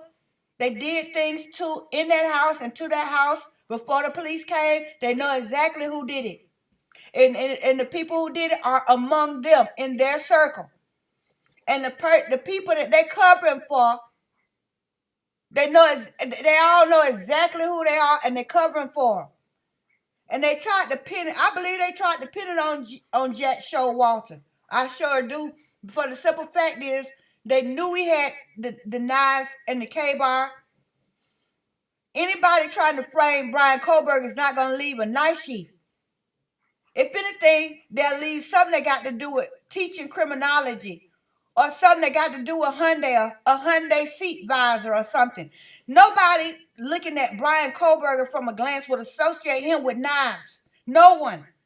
So leaving a knife sheath was not intended to frame Brian Kohberger. It was meant to frame Jack Showalter. Because looking at Brian from a distance, looking at his profile, reading his biography, nothing about him screams a knife or a knife sheath or hunting. Nothing.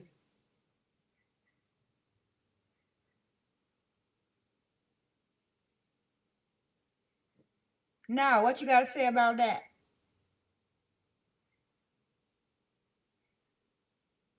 Huh?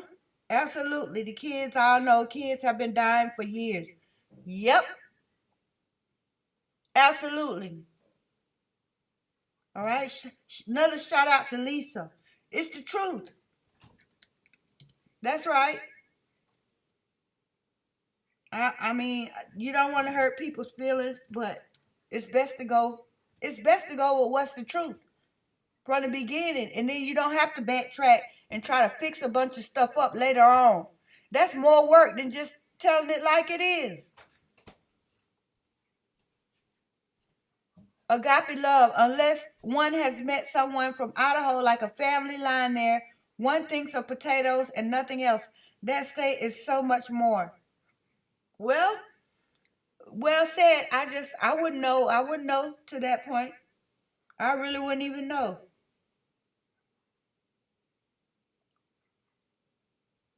Okay, here's a good one. Miss Potts, you've been hot all night. You've been on a roll. I'm gonna give you a shout out even before I read it. You've been on a roll. Miss Potts, if you're right, who at law enforcement will be covering for involved with the killers? Somebody that's related to one of them, like Bethany's related to, uh, I think a young man named Cody that used to be a maintenance man, and now he's a coroner over there. Bethany has Bethany has family in the law enforcement. Anybody that's got family in law enforcement over there, or anybody that knows somebody that families could just be friends, somebody in that group knew a policeman. And they could have called the police without using 911. As a matter of fact, they probably called the police as soon as it happened. Somebody they know off the record. And they gave them advice.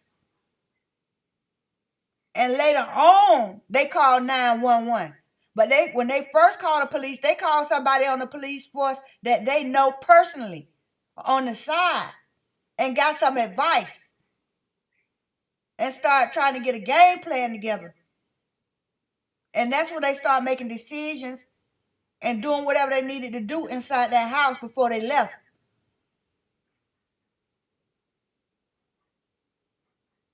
But they called the police. Somebody called the police. Somebody called somebody in law enforcement they felt they could trust to talk about it and get some advice. And it would be somebody related. And I know that out of all of them, who would have somebody related would be Bethany or Dylan. Because guess what?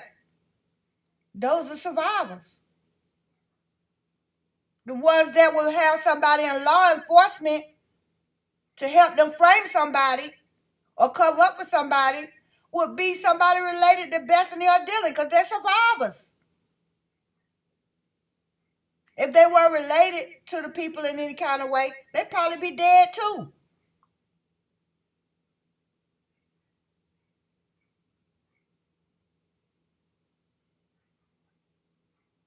Lisa Thompson, wow, so you think they were going to blame Jack, but Brian's DNA ruined it for them? Yes, ma'am. That's exactly what I think. And I think the sheath was left to frame Jack Showalter. Because he's a hunter, he's got knives. I believe they had a picture circulating of this guy with a K-bar knife or a sheath or something in the picture. So I think it was to frame him, but guess what? It didn't work out. Miss Potts, hard truth, we have a lead detective whose son was a freshman. He's the same officer K reported the missing woman at the Walmart too, and he also said on body cam his son wasn't allowed to be in Greek. That sounds real good, doesn't it, Miss Potts? Shout out to Miss Potts. That sounds real good, doesn't it? That sounds real good. All right, all right. All right, y'all. Now you're feeling me. You're feeling me. Okay. That's right. That's right. Now we're on the same page. That sheath was meant to set up Jack Showalter, But his parents and he had sense enough to get out of Dodge and be done with that level of foolishness. Okay? And be honest with you, when it happened, Brian should have left and went home too. Because if Brian would have left and went home, probably none of this would have happened to him. They would have had to find somebody else. Jack Showalter, not only did he go home, he left and went far enough away that he didn't have to worry about it. See, Bethany only went to Nevada. That wasn't far enough.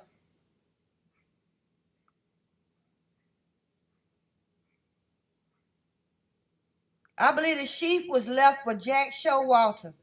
And I believe when they sent the sheath to the lab, nobody's DNA was on it.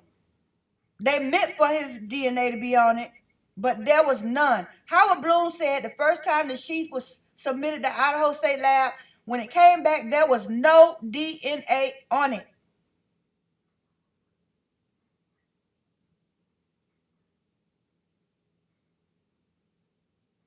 All right. Shout out to B. Franklin and self-aware B. All right. They were financially incentivized to make the crime look like anyone except Showalter could have done it. Yeah, because his parents wasn't having it.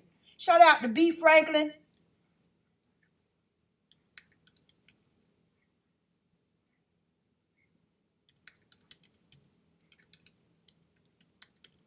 Yeah, his parents wasn't having it. And then why not blame it on him? They didn't like him anyway. You know how cruel kids can be to somebody that they don't want to be bothered with. Is it true they interviewed Showalter's parents over the phone and never interviewed him? It probably is possible because the Showalters probably told him, unless you got some concrete evidence on our son, get lost. Shout out to Just Amber.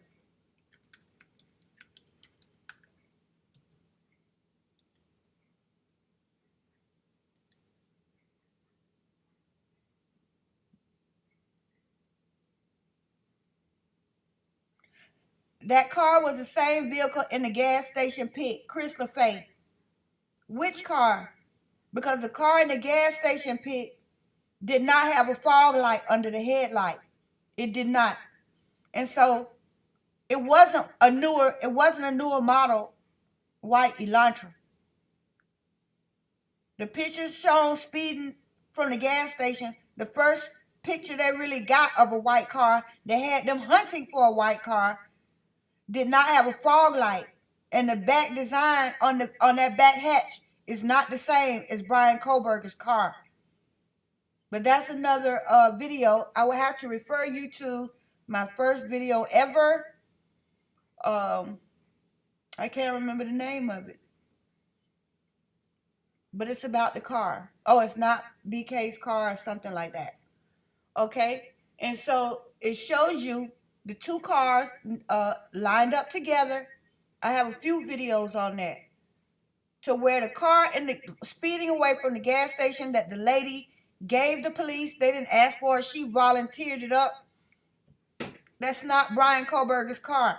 It doesn't have the fog light under the front headlights. It's not his car.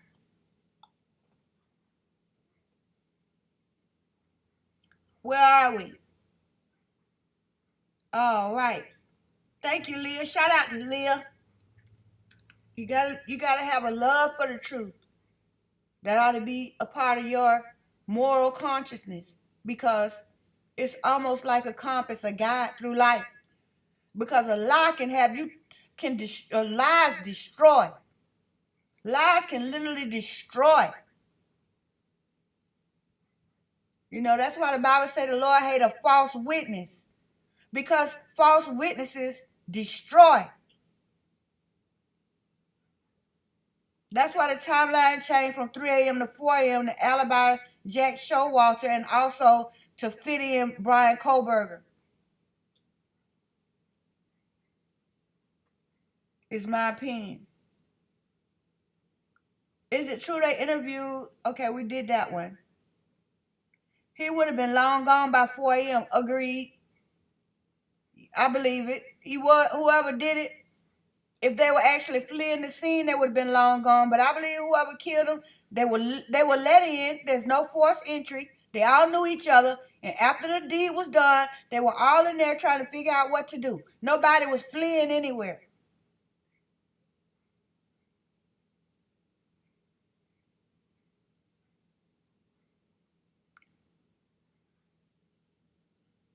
All right, not sure, but Brian's parents donate money to the college.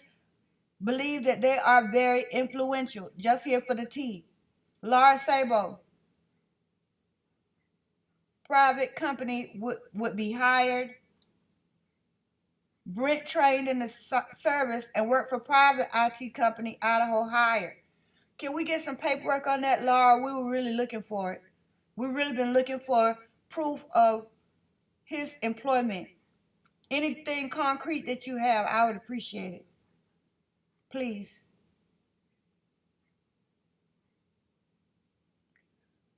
Jack Showalter wasn't even brought in. Fact that the phone call. Okay, Chris, what are you trying to say? The car in Oregon. That Oregon car bothers me still. Okay, we got people bring that up. Shout out to Chris and Self-Aware B.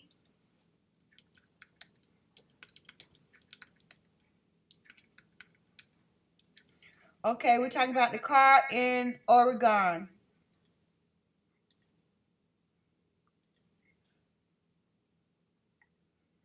I've heard that too, such as money equals power. I think the gas station pick was to ensure Brian did not come forward to talk to police because Brian would have known that he did not drive by that gas station on that night. Shout out to One Maiden Nut. While they demand the evidence or an alibi, that's not going to help them because, like One Maiden Nut just pointed out, he knows whether he was at that passed by that gas station. We know he didn't pass by there because it's not his car. It doesn't match. It's not the same car. The headlights on that car are clear. It's not foggy. It's clear. If you want to believe the truth, you can look at the two pictures and see those. And that's not even the same car as the car on the press release bulletin. But I'm going to move beyond that because I really don't want to use our time to keep saying the same thing over and over because people are not, they don't accept it and you're free to believe whatever you want. But that car that passed the gas station, put it this way, the only car that I have seen out of every car published in videos, pictures, discussions, social media, the only car that I've seen that matches the car in that gas station picture is the car that is supposed to belong to Emma or Demetrius that was published by, I think, Truth and Transparency. That's the only car I've seen that matches those pictures. That's the only car that matches those pictures. That's the only white car that doesn't have the fog lights down there at the bottom. That's the only one. I'm sorry. It's the only one. And we still have to prove that whoever was driving the white car in and out of the neighborhood wasn't just dealing drugs or being nosy. Or just going over there to see if somebody was going to do what they really said they were going to do. Because as far as I'm concerned, the students did this. And then when they needed to pin it on somebody, Jack Showalter turned out to be the pick because they didn't like him anyway. They didn't like him. That's why they kicked him out of the frat. Not because of what he was doing. They didn't like him.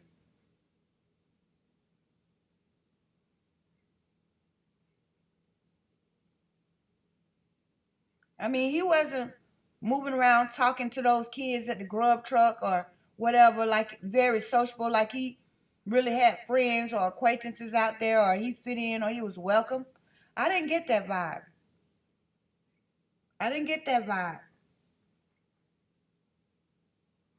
Okay, but that's the main point that I wanted to make tonight.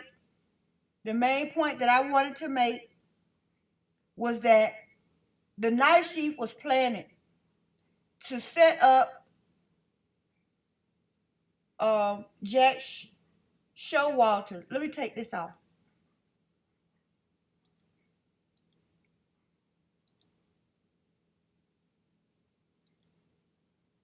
And put that back up here, because this was my main point. And then I'm going to take some questions and comments off of you guys. See what you're talking about. All right, let me find my picture.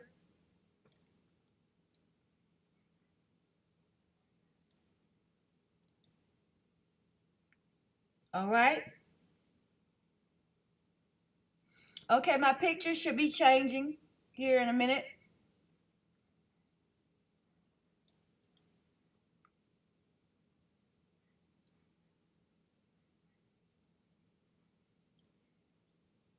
It just takes a little longer, I guess.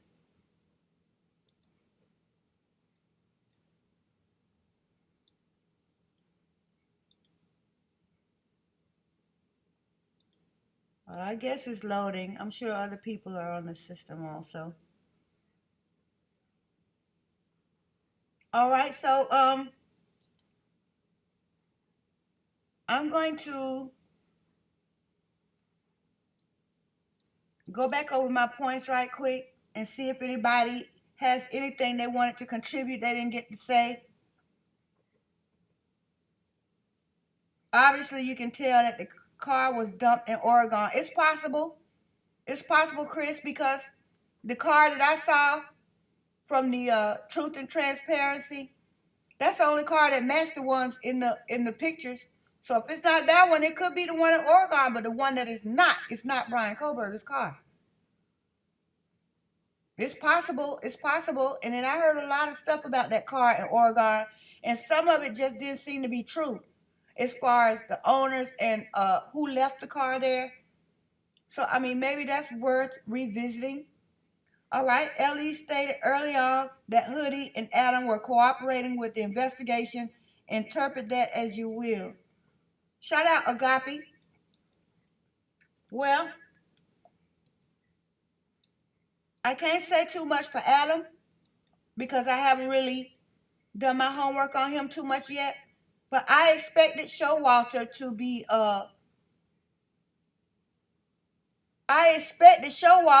cooperative because I don't believe he did anything. I expected him to be cooperative until he left because he didn't do anything.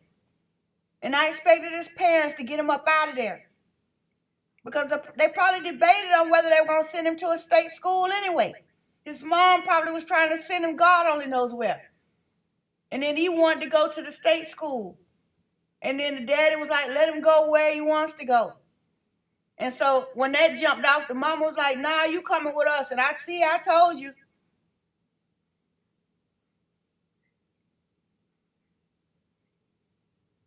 I told you we should have sent him to Yale. He barely making it out of there with his life. He could have been killed. You know how it is. You know, mom got to have somebody to sit down and talk. You know, when she has her cup of tea with her friends, she's got to be able to say to her son is at Yale or somewhere out of the country at school. He wanted to go to a state school with his friends or people he knew. And so his dad probably was like, let him go to U of I. That's where he wants to go. Yeah, and then, you know, something like this was just waiting to happen.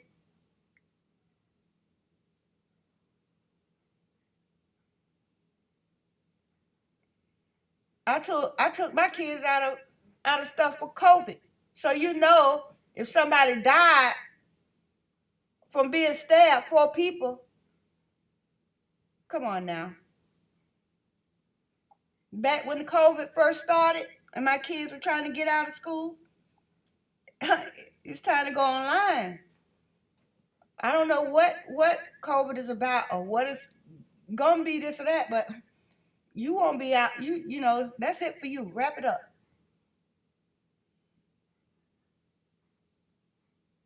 That's how it was just for COVID. So imagine kids being stabbed right there a few feet from your child's residence.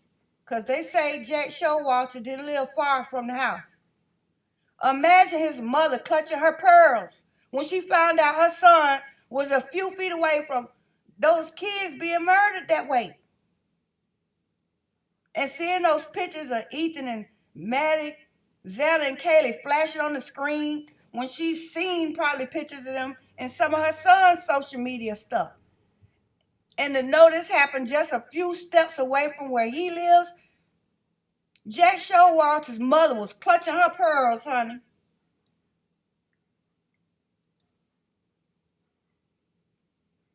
And then Mr. G and Maddie's families are suing Idaho. Let me put that in the chat, and then I'll catch what you said, Robin. Okay.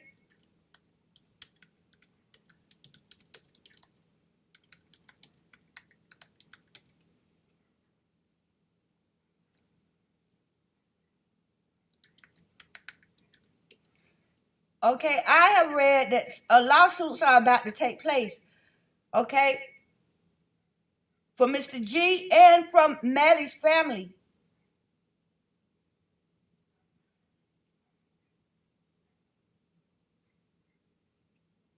Right? Let's go back to what let's go back. I saw some. Okay, Robin, okay. Was that car the one that Jason and that other guy stole? Jason, purple hair employee of University of Idaho. That's Annie Ruler. Shout out to Annie Ruler. Do we have Annie Ruler and Annie Potts? Miss Potts and Annie Potts, are y'all related? Shout out to Annie Ruler. All right, Robin, Agape, I looked into that. They signed an affidavit in lieu of trial, the IA to be kept anonymous. The cases were dismissed without prejudice, meaning they could retry them if they messed up. I'm pretty sure they were informed. Just here for the tea. Way too convenient. All right, what do y'all think about that? And what are you saying about Jason, Annie? All right. Brenda, Jack S. is the true survivor in this. When the girls ditched him, saved him from jail or hell. Shout out to, oh, Brenda got a brain. Brenda, you just earned a brain. Boy, he dodged the bullet, didn't he?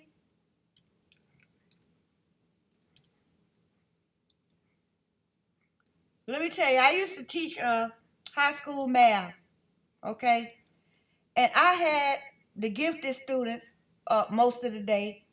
Unfortunately, not all the day, okay? And so some of those kids in my class had very prominent parents, just like Jack Showalter.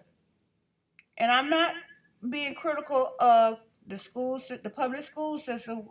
I'm trying not to. But that place was a jungle. That high school was a jungle.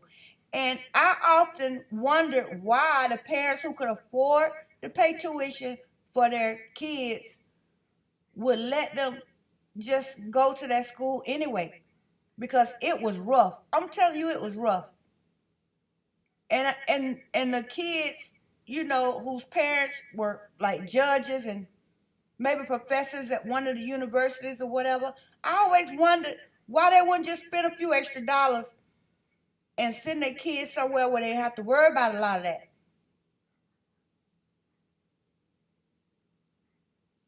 Because you get what you pay for. And I mean, a lot of people that go to public schools because they have to. But they might have very gifted kids that really deserve to go somewhere where they're challenged a little more because they have intellectual gifts. But let me stop ranting and going all off the subject. The point of the matter is, all right, Jack S. is a true survivor. He is, because he dodged a lot of bullets. Who said that? Who said that?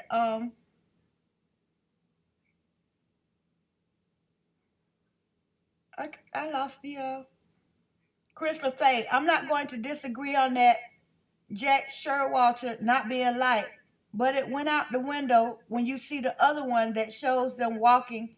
He told Maddie someone's gonna get her. The question is who? Right? He might have been warning her. Somebody did get her. Somebody did get her. That sounded like a good warning to me. Shout out to Chris. Something did get her. Someone did get her. And so, I mean, I'm gonna tell you honestly, neither Jack Showalter and Jack D, neither one of them was nowhere near the house and wasn't trying to be either. Neither Jack. Neither one of them. Because they knew what was going on. Don't you think it's strange that was gonna be Kaylee's last weekend there before she shipped out?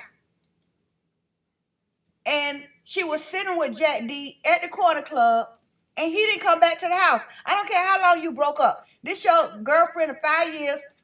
When she leaves here, she's not coming back. And you're not even gonna come over to the house? He didn't come over to the house, and he didn't answer his phone. He didn't want no parts of it. He didn't want any parts of it.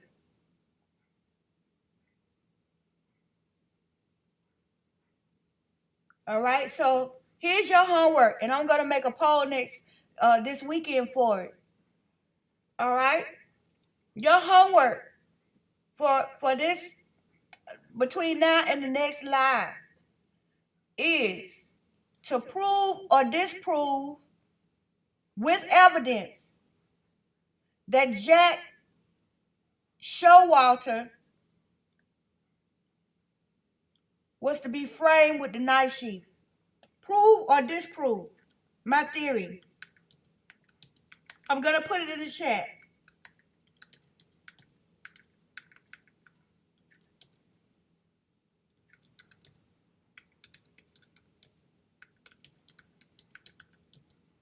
The sheath was meant to frame Jack Showalter.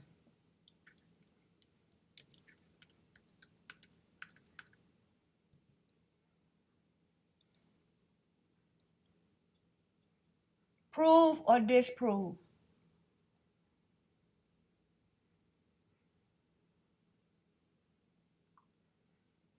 One made nut. All I know is that it will require more than one because you'll have to be able to exercise control.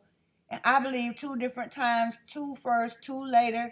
Right. Shout out to One Made Nut.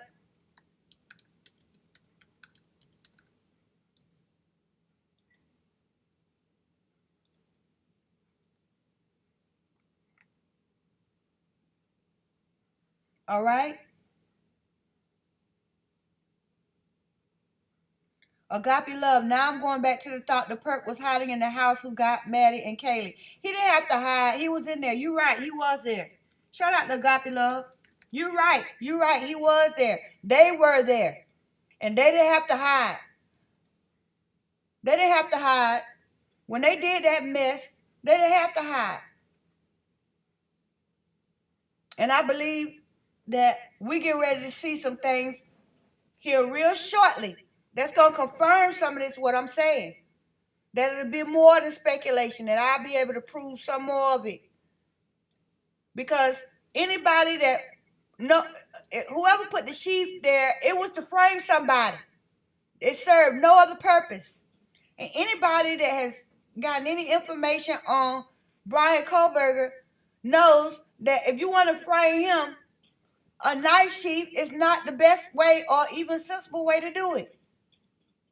Everybody associate him with a computer, with being online, and with criminology and teaching and research.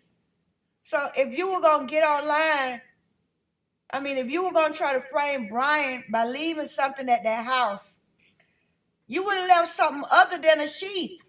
Because other than this case, when do you ever see the word sheath and Brian Kohberger together on Google, except for this case?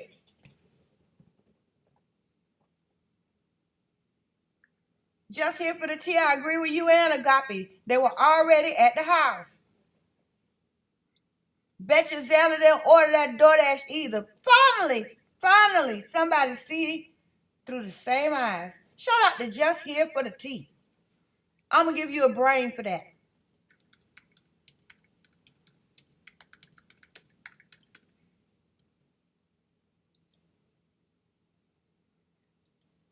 All of that is staged. All of that is staged. And those kids died before 4:15 or whenever they pushing this narrative of Xana being on her phone ordering food or on TikTok. It's all garbage. Same time they were coming up with this knife sheath garbage, they were coming up with this other stuff. And they had plenty of time to come up with it. Between 3 o'clock and 12 noon, they had plenty of time to come up with it.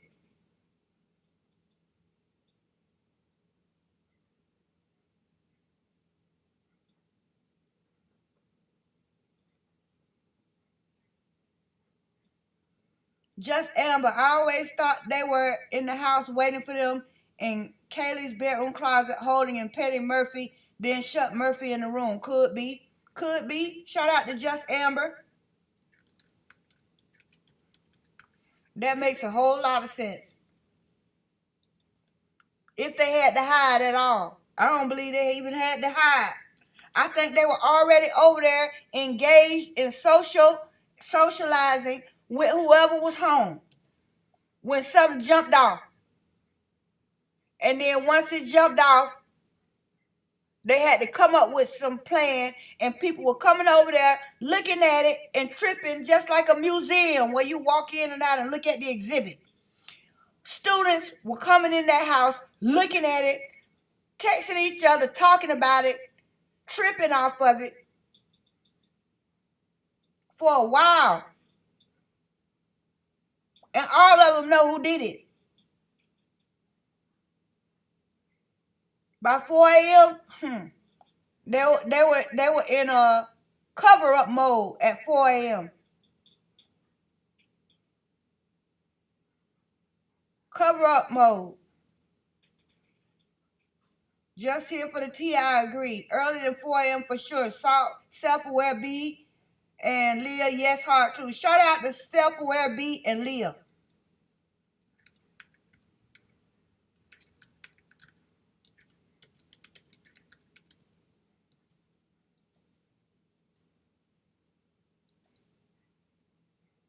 It's one of the reasons why Fry wanted to know so bad where Ethan and Xana were for a certain amount of time. Oh, shout out to Altered Soul.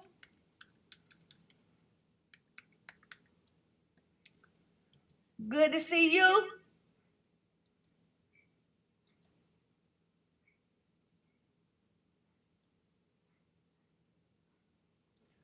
All right, so it's 11 o'clock. I'm at the end of my journey with this live. This is what I want to do. I already gave you your homework. Your homework is to prove or disprove that with evidence, documentation. I don't want people coming with speculation like it's the truth. Okay, at the door. Don't if you don't have some kind of receipts, don't even think about it. All right? Your homework is to prove or disprove that the sheath was left there to set up Jack Showalter. True or not true, why or why not? And I'm going to leave the chat open for the next 10 minutes so you all can wrap up whatever conversations you're having with each other. And I also want to say thank you so much for coming out as always. We always have a good time. All right. And I see new people in here. Welcome. Bon Bon. Shout out to Bonbon. The DoorDash order could have been done by the killers to throw all the time. Shout out to Bonbon. I agree. Could have been. It could have been. Anybody could have gone and got that bag. Or it could have been from the day before. Who knows? All right. Now,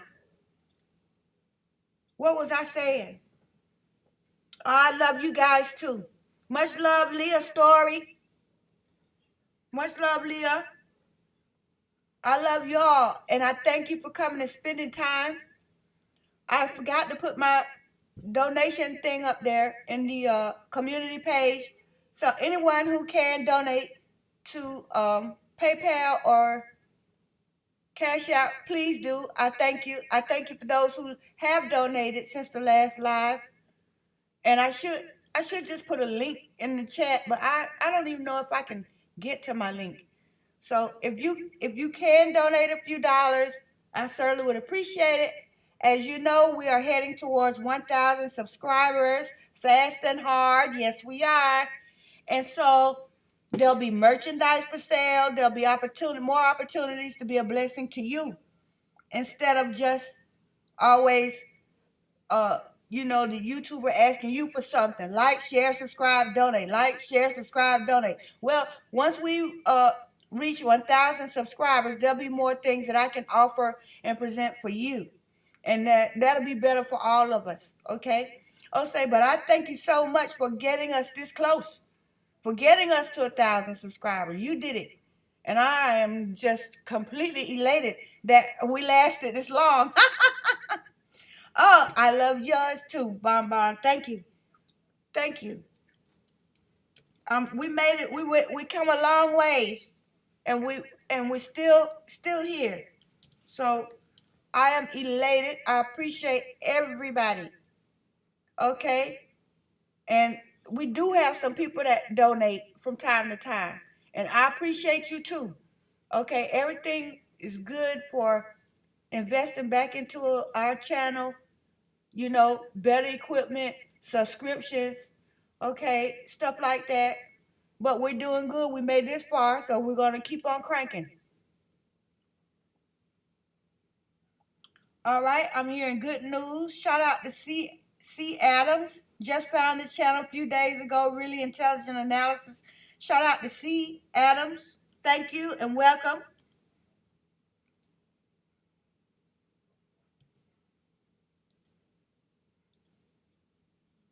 All right. You're welcome, Just Amber. God bless everybody here. God bless everybody here. Okay, whatever the need may be, I have no idea, but the Lord knows. And so let's go. I'm gonna leave the chat open for till 11:10, so that you can wrap up your conversations. And I'll see you here again Thursday, same time, same place next week.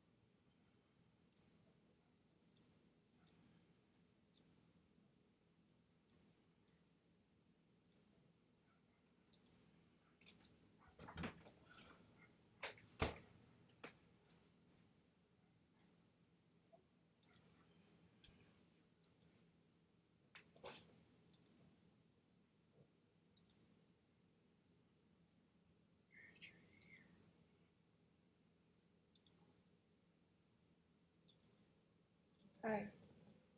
Oh, you're not live?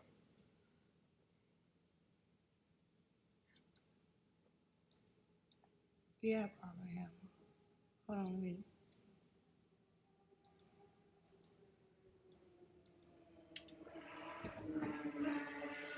I don't know if they can hear or not. So let's move out this way. I always give them time to say goodbye because they be talking to each other and stuff.